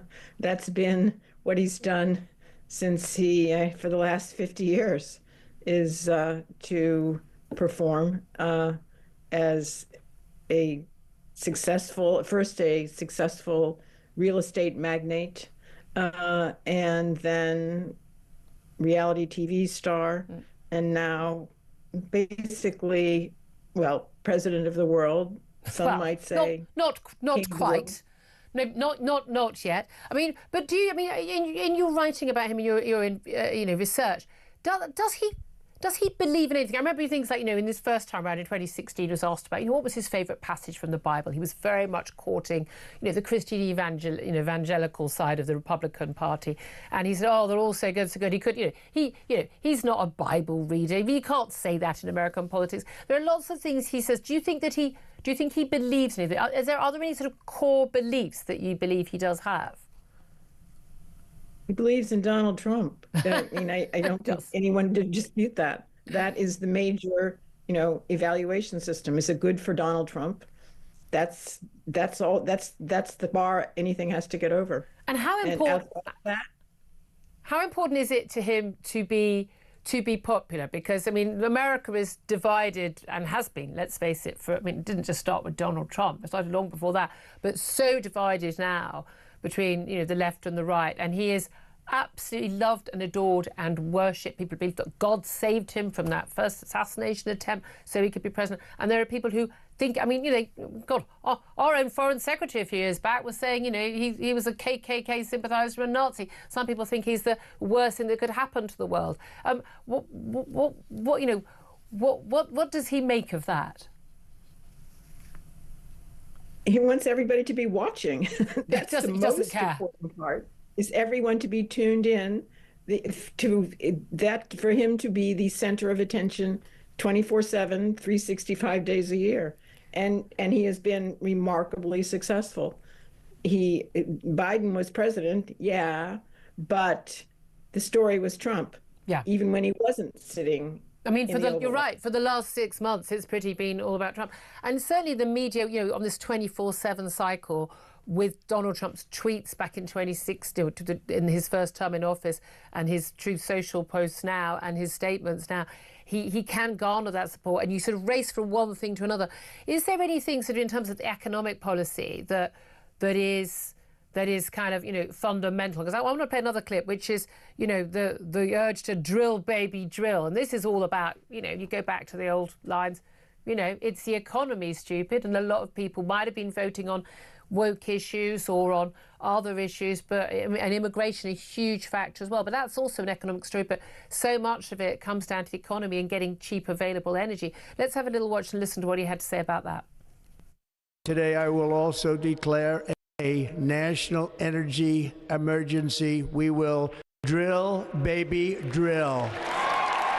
We will be a rich nation again, and it is that liquid gold under our feet that will help to do it. With my actions today, we will end the Green New Deal and we will revoke the electric vehicle mandate industry, and keeping my sacred pledge to our great American auto workers. How much do you think does he want to have a success, Gwenda Blair, in his presidency this time round, because he can't stand again under the Constitution? How important is it to him that he has a legacy and how he's remembered in the future? Well, in theory anyway, starting now, it's all about his legacy. Because, as you just said, he's legally prohibited from running again for a second term. For a third term. He's in the second term. He is, as we say, a lame duck. He's not a very lame duck. He's doing his best to show that he's actually. He's not a lame duck. He controls both houses of Congress, the White House, and he's got a Supreme Court that is on his side as well. Not only that, he has the tech world, who were very prominently featured in the inauguration, very prominently visible right behind him. Seated in front of his cabinet, interestingly. In front of the cabinet, elected officials, governors, they are out, in the vestibule. They're not even in the room. They were watching from elsewhere. It's the tech titans who he wanted to show them off and to show that they are, well, should we say in his corner? Should we say in his pocket? Or just say on his side? Yeah, well, for now anyway. Great to talk to you, Gwenda Blair, Trump biographer, author of The Trumps, 3 Generations Builders and a President. Thank you for that. Let's come back to Tom Slater in the studio. Tom, in terms of the announcements, yes, the executive orders, a lot of focus today on the pardoning of some 1,500 plus January 6 rioters. We'll come to that in a moment. But in terms of the most significant announcements he made, what do you think they were? Was it about border control? Was it about the economy and energy? Was it about, DOGE and government efficiency and a freeze on hiring? Where do you think the most significant statements were? Well, I think the ones that have certainly cut through because they were so crucial to his campaign, certainly the question of immigration. That's something which really can't be underestimated in terms of how important it was to getting him over the line. The sense that had gone completely off the rails. the announcement in relation to what he called there only being two genders, but really, hopefully, there are only two sexes, and that everything else. Also, gender and sex used to be the same thing until everyone started inventing mad ones. Everything got a lot more confusing. Within that, I think also the baby drill announcement around basically dismantling the Green New Deal, actually exploiting the huge natural resources that America has. And just kind of really shoving the whole energy discussion very firmly in the direction towards essentially exploiting the energy that you have available rather than impoverishing yourself. Yeah, I mean, it's a mind-blowing idea. Isn't that what governments used to do? I couldn't believe when I was watching the inauguration speech, the contrast between what European governments are currently doing, not just EU governments, most of them, but Britain as well, and Ireland in particular as well, but compared with what he's doing. I mean, Canada's the same, Australia has been mad as well. Just this urge to, policies to make, you make yourself energy insecure, to ruin your manufacturing, ruining your ability to defend yourself, because if you can't make steel and things, you can't defend yourself. It's really that basic. And to impoverish your people, I just found utterly extraordinary. To give away power to international organisations like the World Health Organization and the like, who've proved themselves to be completely in cahoots with China. I mean, their behaviour over COVID was absolutely shocking. I mean, they should have been disbanded straight away on the basis of that. It seems there's so many things. I mean, I do think that Donald Trump is fundamentally, as Gwendolyn said, Donald Trump's about Donald Trump. But if along the way he's going to do some really good, sensible things, are we going to be hoping that, we're downstream? I mean, certainly on the issue like the gender madness, the critical race theory madness that has taken over the whole of the British media, the whole of British institutions, quangos, most frankly, most HR departments in most buildings, in most companies, it councils, schools, hospitals, it is everywhere. Do you think that we are going to be seeing a change here, or do you think that the left, because it is a left thing, are going to just double down and it's going to get even worse? I mean, I think maybe we could see both being true at the same time. There'll be sections of the left, as we've seen with the ridiculous comments over the past 24 hours that this was like a far-right rally, Elon Musk was supposedly giving a fascist salute, all of this kind of ridiculous 2016 playbook of let's just demonise them that way. That's still going on. And also get Taylor Swift out and then make everything okay. Yeah. I think at the same time there is a decent section of, shall we say, the kind of centrist, centre-left class who recognise that the old arguments don't work anymore, and also who, in Donald Trump's America, agree with it, disagree with it, agree with some of it, not all of it.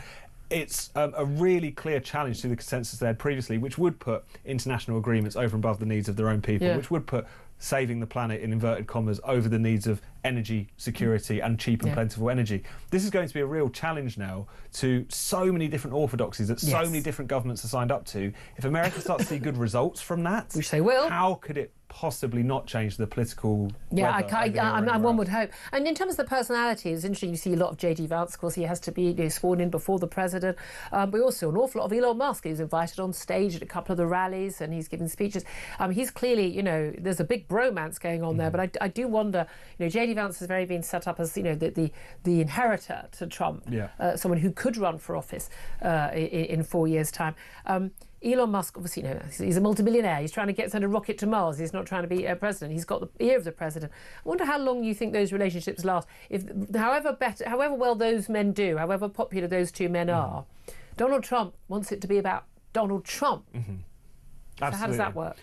Trump likes to have people vying for his attention. He likes to kind of preside over almost like a kind of kingly court where people are trying to get his ear, trying to get his influence. Yeah. He's also someone who doesn't really have an ideology, as kind of instincts. And in some situations that will chime with Elon Musk and his desires to cut down on government or whatever. In other situations, it chimes with a more J.D. Vance position, which is we should court organised labour, we should care about the Rust Belt, we should care about... Well, he calls grew up poor, not the son of a multimillionaire. Absolutely. So those I think reflect different sides of Trump's offer. He likes to play them off against each other, but as we've always seen, there is going to be bust-ups. There are going to be people who end up being sent packing from the administration or end up leaving. The question is which of those two factions, the more kind of libertarian tech bros or the more kind of these new Republicans very interested in the working class issues, which are all those two are going to win out. It's always, let's face it, it's always billionaires always do well. They'll do fine anyway. I'm going to take a quick call on this, and then we're going to take lots more of your calls coming in about Southport and what Keir Starmer had to say today. But Jackie has called in on 0344 499 1000. She's in Oldham. And Jackie, you wanted to talk about Donald Trump, didn't you?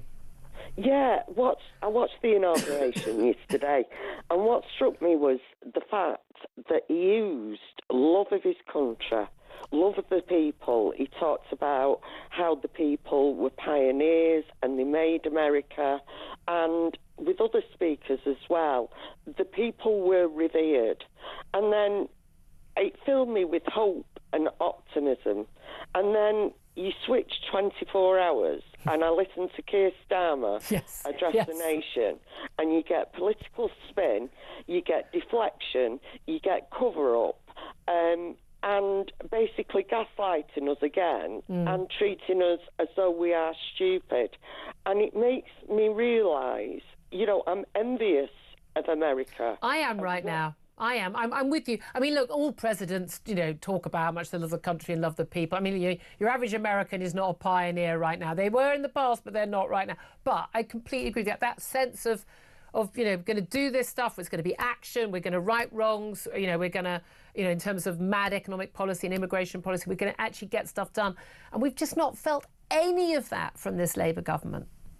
No, and I think the trouble with the politicians in this country is they talk about serving the public, but it's just platitudes. Yeah. I think they think that they are better than us. Oh, no. They don't think they're better than us, Jackie. They know they are. Exactly, and this is why they treat us with disdain. And I think if anything comes out of America, it's the fact that we need to get on an equal footing with our politicians and make them realise that they do serve the British people and they get paid well for doing it.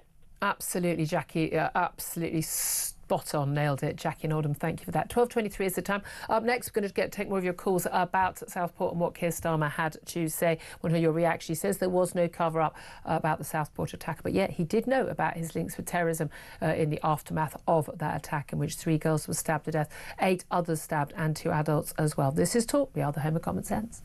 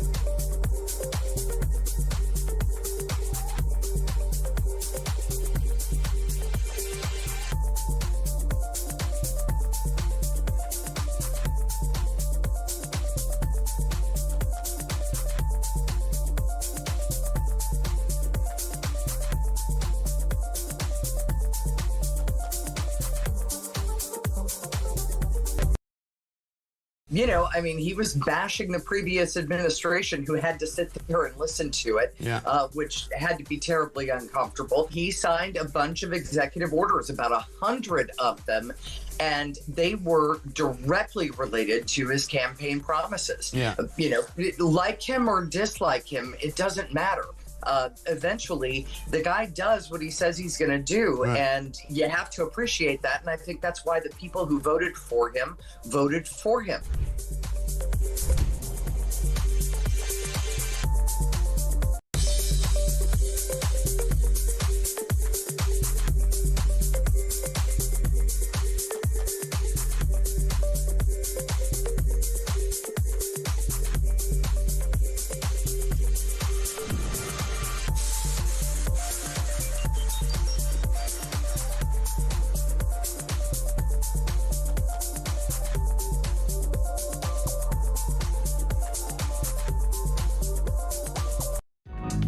across the UK.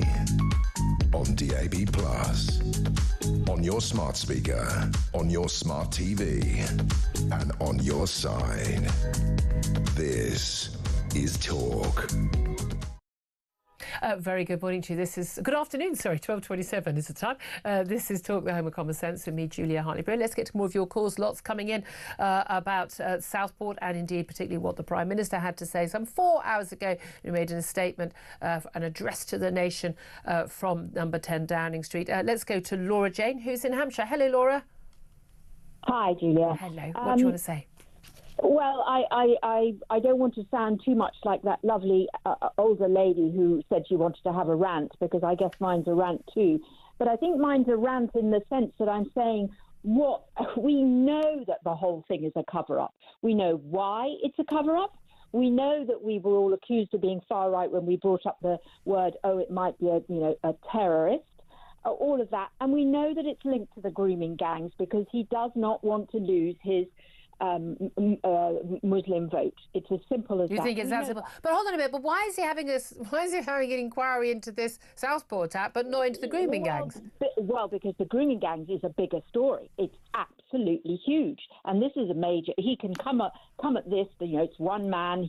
They're probably going to say he was nutty, etc., etc. No, it's simple. It's obvious. But my bigger point is a more global point. Is everybody keeps trying to, drill down on Starmer's reasons and why the country's going to pot. And I'm sorry, I'm 64. During COVID, I went on the first marches that I ever have done in my life. I am, and I admit it, I'm a conspiracy theorist. I believe there is a bigger plot out there, and that he is merely doing a sort of, if you like, he's a sort of communist at heart, but that's not the quite. Well, I mean, he said he's a socialist, certainly. I've never been a conspiracy theorist. Now, one of the reasons I'm not a conspiracy theorist is because I've met a lot of these people. I don't think they're capable of perpetrating a conspiracy this clever, because they're really not that competent. I'm always a cock-up theorist. I think people then do bad things to cover up their cock-ups. What is the conspiracy that you think has gone on, Laura? I think that our leaders are in the being ruled by other people. They wanted power. They were given power. The whole thing. Who by? Who are the other people? Globalists. I'm sorry. This is sort of WEF type thing. Very, very evil people out there. Evil people. This is a whole sort of World Economic Forum. Yeah, absolutely. Yes, I just have never understood this conspiracy theory. Look, big multi-billionaires and big companies and politicians have been in cahoots for many years. Politicians want their money. Billionaires want the influence. They do things that aren't in the interest of the people, because they're the people they've got the ear of. I don't think it's a conspiracy, though. Well, if that's not a conspiracy, I don't know what is. If the average person in the street isn't part of the deal, and it's all about money, the pharmaceutical industry, about money. It's been going since the 1920s, where medicine has been, on the rise, and alternative medicines, which now people are realising, you don't have to go to the doctor and get. No, alternative medicines, the ones that aren't proven and don't work, I'm afraid. No, look, we're going to have to agree to disagree on this one. I absolutely think that a lot of politicians aren't acting in the interest of their people on many, many different policies. I think a lot of them are beholden. I mean, way too much money in politics on both sides of the Atlantic, and I think a lot of, and I don't think the big pharma companies and big Olive, they're all sitting there worrying about our needs. I accept all that. I just don't think it's a conspiracy as such. But Roger, I so appreciate your call. Tom, you were sort of smiling through some of that. What's your reaction to that? No, I think it's always just a bit of a mistake to label these failings, often repeated though they are, as part of some kind of pattern or some kind of conspiracy. I think partly because it also lets them off.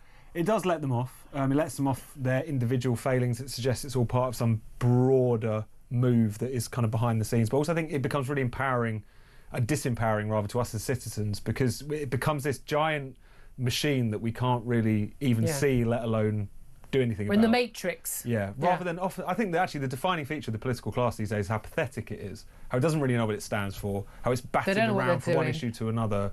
It's fundamentally incompetent rather than part of some grand move to. I mean, that's where I would go. But I know a lot of people disagree with us. Let's go to another call. John is in Cumbria and wants to talk about the Southport attacks and what Keir Starmer had to say. Good afternoon to you, John. Good afternoon, Julia. Good afternoon. What do you want to say? Well, basically, listening to Starmer's speech, the general theme seemed to be those responsible must be held guilty for their responsibility, and it's anyone but me was the general theme. Yeah. But one item of responsibility or aspect of responsibility I don't think has been mentioned yet. This guy was identified as young as 13 as being a potential risk. Yep. And subsequently 2 further times before he carried out his appalling atrocity. Yep. Now, where were the parents in this? He managed to make ricin, it seems, from what we can gather. He actually manufactured ricin himself or obtained it. How was he able to do this without anyone knowing? Yeah, well, people did know that he was obsessed with death and genocide and violence, and his father was so fearful that he was, a week early he tried to stop it, managed to stop him going to his old school where he'd previously carried a knife and previously brought a hockey stick to beat people with. I mean, they knew, didn't they? This is the thing. I don't. Manufacturing ricin, I don't know. Wouldn't have a clue where to start. I'm not a chemist. Well, and my guess is also that his parents had no idea about that. I mean, most parents haven't got a clue what's in their kids', jean pockets, let's be honest, or what's on their phones. But they certainly were aware. And they knew that the authorities knew something. When I mentioned this earlier, a caller made a point a little bit earlier in the show that, look, the parents knew that he'd been reported to Prevent 3 times. They knew, he'd been booted out of school for violence. They knew all this stuff. They're probably thinking, what's the point in reporting him again? He's already in the system and they're not going to do anything. Yeah, but actually to make ricin, I would imagine, is a fairly involved thing. And where's he doing it? At home somewhere? Yeah. It seems strange to me, and I wasn't aware that his father had actually reported him as little as a week before. Well, not reported him. We know that his father had basically talked a taxi driver out of taking him to he wanted to go to his old school on the final day, and it's now thought he was going to be he basically wanted to follow through on basically a massacre at his old high school. I mean, that's a terrifying thing. But again, this is why he shouldn't have been on the streets. He should never have been able to commit that attack in Southport. John, I so appreciate your call. I want to squeeze in one more call. Mark is on the line. He's in Carlisle. And Mark, you wanted to talk about Donald Trump and the inauguration. Yeah, the reason Donald Trump is so successful with his straight talking is because he's independent. He's not tied in with the liberal establishment. Yeah. So he doesn't have to do policy linked to gravy trains, which is happening all over. Both parties, by the way, Conservative and Labour in this country, are tied in with the Liberal elite, and they do policy tied in with gravy trains. One thing, Julia, is with all this going on in America, we are going to look so stupid. The Labour Party is going to paint us as if we're in a prison.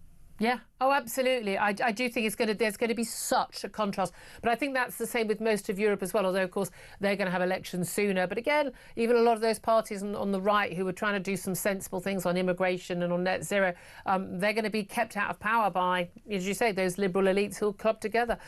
Mark, thank you very much indeed for that. That's a lot of people saying, oh, Trump, 2016, Trump's not beholden to rich people, but he's putting up, isn't he putting like a dozen billionaires into his cabinet or something? He likes rich people and he makes policy large. I mean, on taxes, policies are very much for rich people. I mean, last time around, his great economic achievement was a tax cut for the rich. You could say that was down to the fact that he kind of outsourced a lot of policy to the kind of Republican establishment who can only think about tax cuts for the rich. But you're right, a lot more billionaires around in this time around. The question is, can he deliver for those people? The people who really need his help, indeed. 12:35 is the time. We're going to take a break. We're going to talk more about Southport with the former detective superintendent, and we're going to be talking to Professor Carl Hennigan about, pardons for Fauci and what Chris Whitty told the COVID inquiry yesterday about mandatory vaccines for health workers. This is Talk, the home of common sense.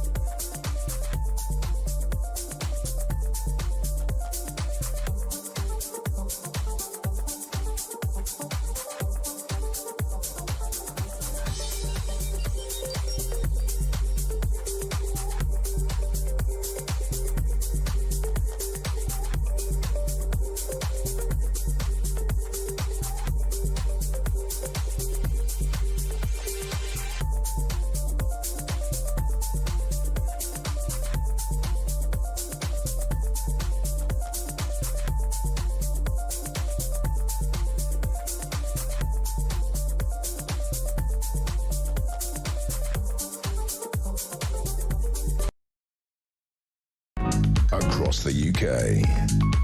On DAB+, on your smart speaker, on your smart TV, and on your side.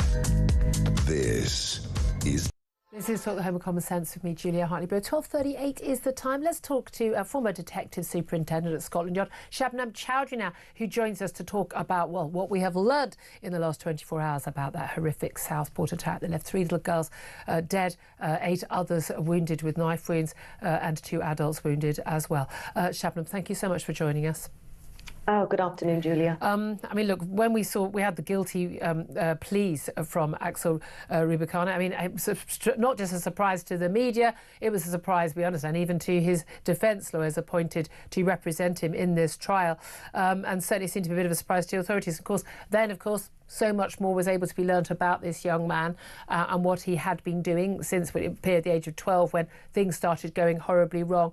What did you make of what the Prime Minister, Keir Starmer, had to say, his statement yesterday, but also particularly in his address to the nation this morning about how, yes, he had known things about him and his links with Prevent and reported to Prevent 3 times and concerns about him and his violent past at school, but there had not been a cover-up.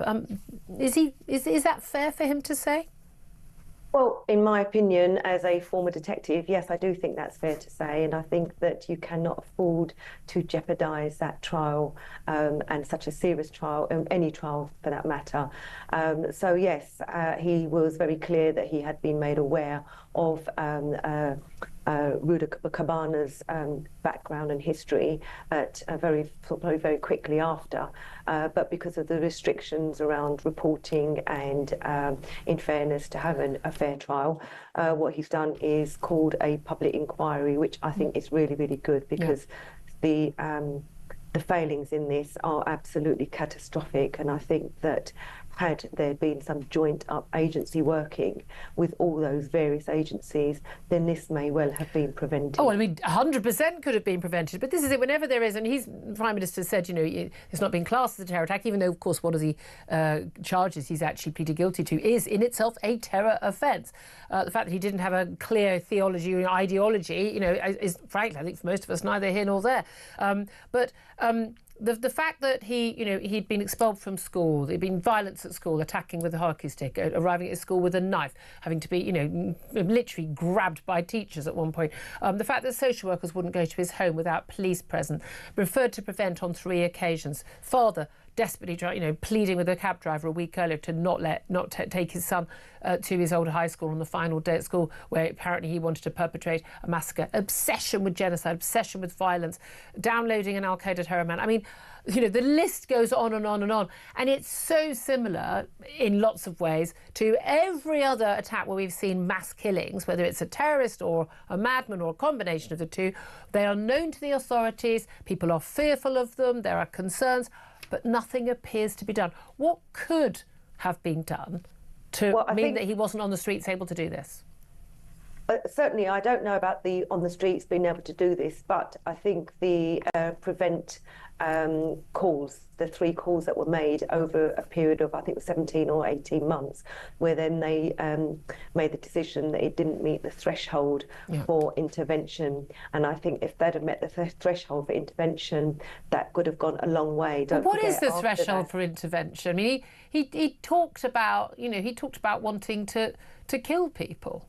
Yeah, I think I'm not a counter-terrorism expert, but what I would say is that they would have looked at what he'd been looking at online, in terms of whether he was looking at other Al-Qaeda or anything like that, or other sites that would indicate that he has some form of terrorist mind. And I think that it may be that Prevent looked at this, and where they get many calls where young people are absolutely obsessed online because they get access online to serious violence or stuff that is just absolutely beyond the recognition of what any child would be able to have access to, but they may have put it into that kind of category. I don't know, but I think this inquiry will certainly let those details become known at some point. I mean, that's the thing. A lot of people wonder why we need to have an inquiry in this. You know, lots of things we don't get an inquiry into, like the grooming gangs, and different reasons given at different times.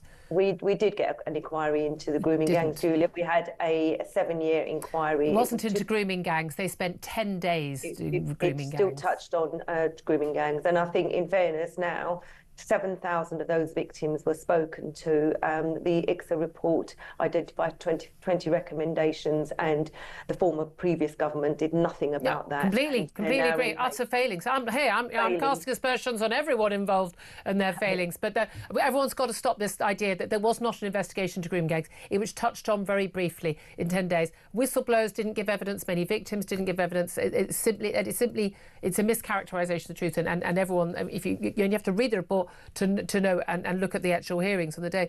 But in terms of this crime, 3 little girls are dead. 8 other little girls have had their lives absolutely turned around. A man and a woman as well who tried to, shield the children. Other children absolutely terrified. I mean, the awful truth is 3 little girls died that day. It could have been 20. It could have been far more. We could have been in a much worse scenario. This is so awful. But there are other people like Axel Rudiger who are sitting there, bit of a loner, unhappy, maybe got bullied at school, as we're told that might be the issue. Something's going on at home. This could be happening right now in another teenager's bedroom. How do we stop the next one and the next one and the next one? That's a really good point, actually, that you've raised here. Let's not also forget that David Amos was stabbed 20 times by Ali Harvey, who was also a lone wolf acting alone.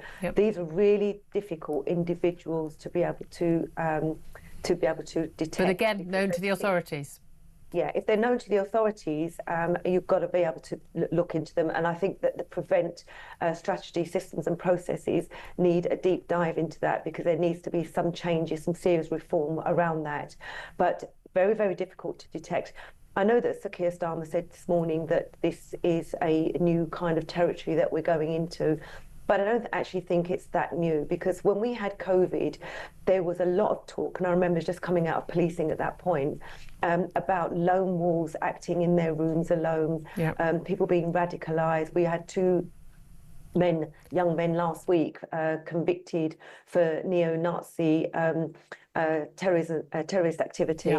So this isn't anything really new. There are far too many of these young people that are, not young people, but anybody that is sat in a room alone, isolated, get onto the internet, and then suddenly find themselves absolutely obsessed with this type of activity. It's going to be very, very difficult to detect. And I'm not sure if how they're going to change the threshold. We're going to need to get better at it, and I suggest we lower the threshold. I mean, certainly kids are being referred to prevent and having action taken for saying something a bit nasty in the playground, for goodness sake, or ignorant in the playground. I think we should be worrying a little bit more about the ones who are obsessed with genocide and stabbings. Shabnam Chowdhury, former detective superintendent at Scotland Yard, thank you so much for joining us. Going to take a quick break. Up next, we're going to be talking about the COVID inquiry. What did Professor Chris Whitty really think about mandatory vaccines for health workers? And why on earth does Anthony Fauci, who oversaw COVID policy in the United States throughout the pandemic, why on earth would he need to have a full pardon in advance for any crimes he may have been committing? Apparently none, but why? We'll talk to Carl Hennigan about that. This is Talk, the home of common sense.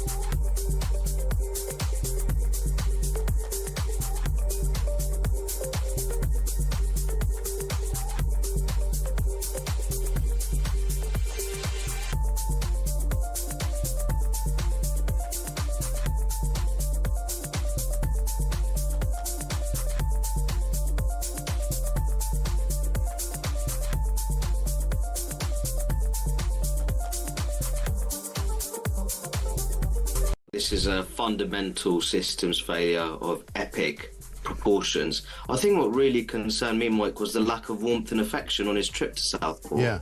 It was very robotic. A lack of empathy is very robotic and mechanical for me. And I think that you're talking about a very quiet, traditional seaside town in on Merseyside. And they're suffering this horrific atrocity. And the Prime Minister went up there, and I think for me, he displayed a real lack of leadership.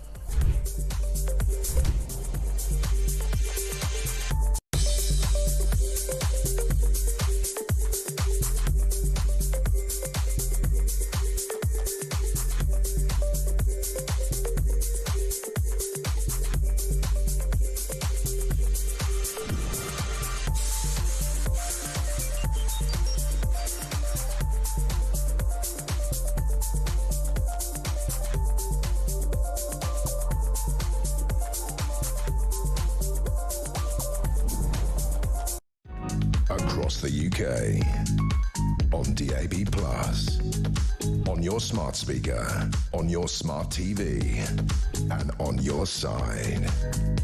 This is Talk.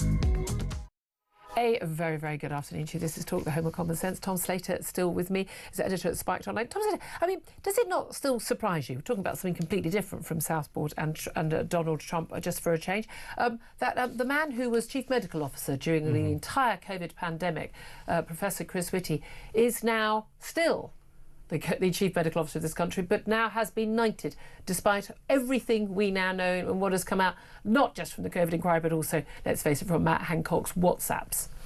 I mean, it's incredible. It's not even failing upwards so much as it is failing catastrophically and then being allowed to remain in post, garlanded with knighthoods and so on. And you think that just from the perspective of this is your one job. I mean, the public health establishment, they seem to have convinced themselves that people's waistlines and their habits and what they get up to in their private time is actually their area of expertise and what they should be focusing on. Pandemics, actual public health is where these individuals should be tested. And he failed that test miserably. The fact that he continues to pontificate on these issues, the fact that there's never been any real sort of accountability for the mistakes that he clearly made, is horrendous, but I guess that was always going to be the way that worked. Yeah, indeed, and that's where we are right now. Well, let's talk about this with Carl Hennigan. He's Professor of Evidence-Based Medicine at the University of Oxford. We spoke to him, as you know, many times throughout the COVID pandemic, and he joins us right now. Good morning to you, Carl. Afternoon, sorry. Good morning, Julie. Thank you very much indeed for joining us. Chris Whitty was at the COVID inquiry yesterday. He's done a number of different appearances, but he told the public inquiry that he was sceptical about making COVID vaccines mandatory for healthcare workers. And he said the decision to implement that mandate was 100%, he said, a political one. It would have been useful to know that at the time, wouldn't it, when we saw thousands of certainly care workers being sacked from their jobs, even though many of them had already had COVID, had worked throughout COVID with very vulnerable patients, and sacked. But apparently there wasn't actually any particular medical reason for this mandate. What do you make of that? I'm really struggling to understand what the purpose is of a chief medical officer. It's supposed to be somebody who's responsible for the medical care of the whole of the UK, or in this case, England, maybe. Now, in doing so, he has to be honest, but coming after the event, somebody now really should be saying, you didn't do your job. And if you look at it, what they did is say every healthcare worker had to have a vaccine. That was going to come into enforce in April 2022, and a month before, they removed it. Now, in doing so, but by November of 21, all the care home workers had to have vaccines and about 40,000 people left their jobs. So actually created more harm than good. But what's really an important issue here is they understood that the vaccine manufacturers were telling them that the payouts could be as high as 300 billion for the harms caused this vaccine. Yeah. And that in doing so, you're still going to go ahead with a mandate. At some point, we have to make sure people are accountable. This COVID inquiry is just like a nice little talking shop. Yeah. There's no prosecution here who comes along and says, I'm sorry, you are accountable for this error. Shouldn't you be leaving your job? Yeah, indeed. And extraordinarily, of course, we know that it was the politicians making the decisions. We know that from the WhatsApps. A lot of it was just done on a whim, by the Health Secretary or by the Prime Minister, or not to be one-upped by Nicola Sturgeon in Scotland. But again and again, we've seen Professor Whitty and other medical experts, and probably these are highly qualified experts, kind of just sort of shrugged and went, well, yeah, we didn't really have any evidence for kids wearing masks for 8 hours all day at school, or we didn't have any evidence for a mandate, or for kids getting the COVID vaccine, even though, of course, it was JCVI argued that they didn't need it, and they absolutely didn't. But they went along with it. And yet, when they stood alongside the Prime Minister or the Health Secretary, when they made an announcement, they tacitly supported it. The politicians used them for cover, but they never. So we assumed, well, you're thinking it's a good policy, you agree with it. But their job, they were paid by us as taxpayers. They were paid by us to actually give medical advice, and I think, frankly, they should have let us know when the decision was political, not medical. So this is the important aspect. It's this problem of being at the altar of certainty. In medicine, there are loads of uncertainties. Yeah. It's always about the benefits to the harms. And my job as a doctor is importantly to convey that. Now, I can accept the mathematicians in the world have no idea what I'm on about here, and the modelers. But actually, the chief medical officer job is to stand up and say, honestly, in this situation, there are potential harms that might affect us, and we shouldn't be having a vaccine mandate. Yeah. Clear, and that's my position of chief medical officer, and if the government fires me, fair enough. But if he did that, he would have huge respect amongst the public. Yes. We may be talking about a different system that allows us to be honest with the citizens. And also, again, weighing up the vaccine. Again, the vaccine was only developed, was supposed to be for over 70s, the people who were largely the people who were dying. And everybody should have been given, full evidence. Again, one of the main reasons I got the vaccine, I have elderly parents, one in particular was unwell, and we were told it would help prevent transmission. It seemed to me to be the responsible thing to do, even though I felt no risk whatsoever from COVID at the time. I'd already had it, but I thought that might help. And again, I was basically sold the vaccine on a lie. They had no evidence for that statement at all. But this man is not only still in situ, he's been knighted, and seems to be sort of shrugging and totally unbothered by the fact that he completely let the nation down. And, children being jabbed unnecessarily, again, even more unforgivable. Can I ask you also there about what went on in America? Because we were we're often downstream what America was doing. Anthony Fauci was the man who was basically, Dr. Anthony Fauci, in charge of sort of advising the president's in terms of COVID policy. There is the former head of the National Institute of Allergy Infectious Diseases. But he basically, he was the man who was saying, this is what we need to do, this is what we need to do. Huge amount of evidence now that he was in charge and helped to fund research that went on at the Wuhan lab in China that was looking into basically COVID, changing COVID viruses and possibly making them more deadly. We know that advice went out. I mean, people were banned from social media, accused of being conspiracy theorists, when people said they thought this virus had come from a lab rather than from a meat market and by a wet market by accident. This man has now been given a full pardon for any possible future criminal charges brought against him for this period by Joe Biden, the outgoing US president. Why on earth would he need such a thing? Well, I think the biggest mistake and the issue is that actually he went to a Senate hearing committee and he said the NIH has not and does not fund gain-of-function research. And then what happened is it came out that actually they totaled $8 million worth of research, of which 600,000, went to the Wuhan Institute. So basically, the biggest criminal offence I think he did, which in the US, if you lie to Congress, that is a serious offence. So that's why he's been pardoned, to allow him to get away with that. But it's also backfired, I think, because it's shown you the problem of people like Fauci, who said the vaccine was a dead end for the virus. Complete misinformation and actually ridiculous. But he was pushing it at the time with the mandates. Yeah. Now, The other thing, though, we could learn from America, which I think is interesting, if you look what happens in America is they appoint their own people, like their chief medical officers, with the incoming government. And they people are political and live and die by that government. I do think we would get a better accountable system than just letting our advisors and our civil servants lie there and do what they want with no accountability. Being accountable. I just think they should be accountable to us rather than to the Prime Ministers they advise. I think that should be the key thing, shouldn't it? Carl Hennigan, we'll have to leave it there. Times Against Us, Professor of Evidence-Based Medicine at the University of Oxford.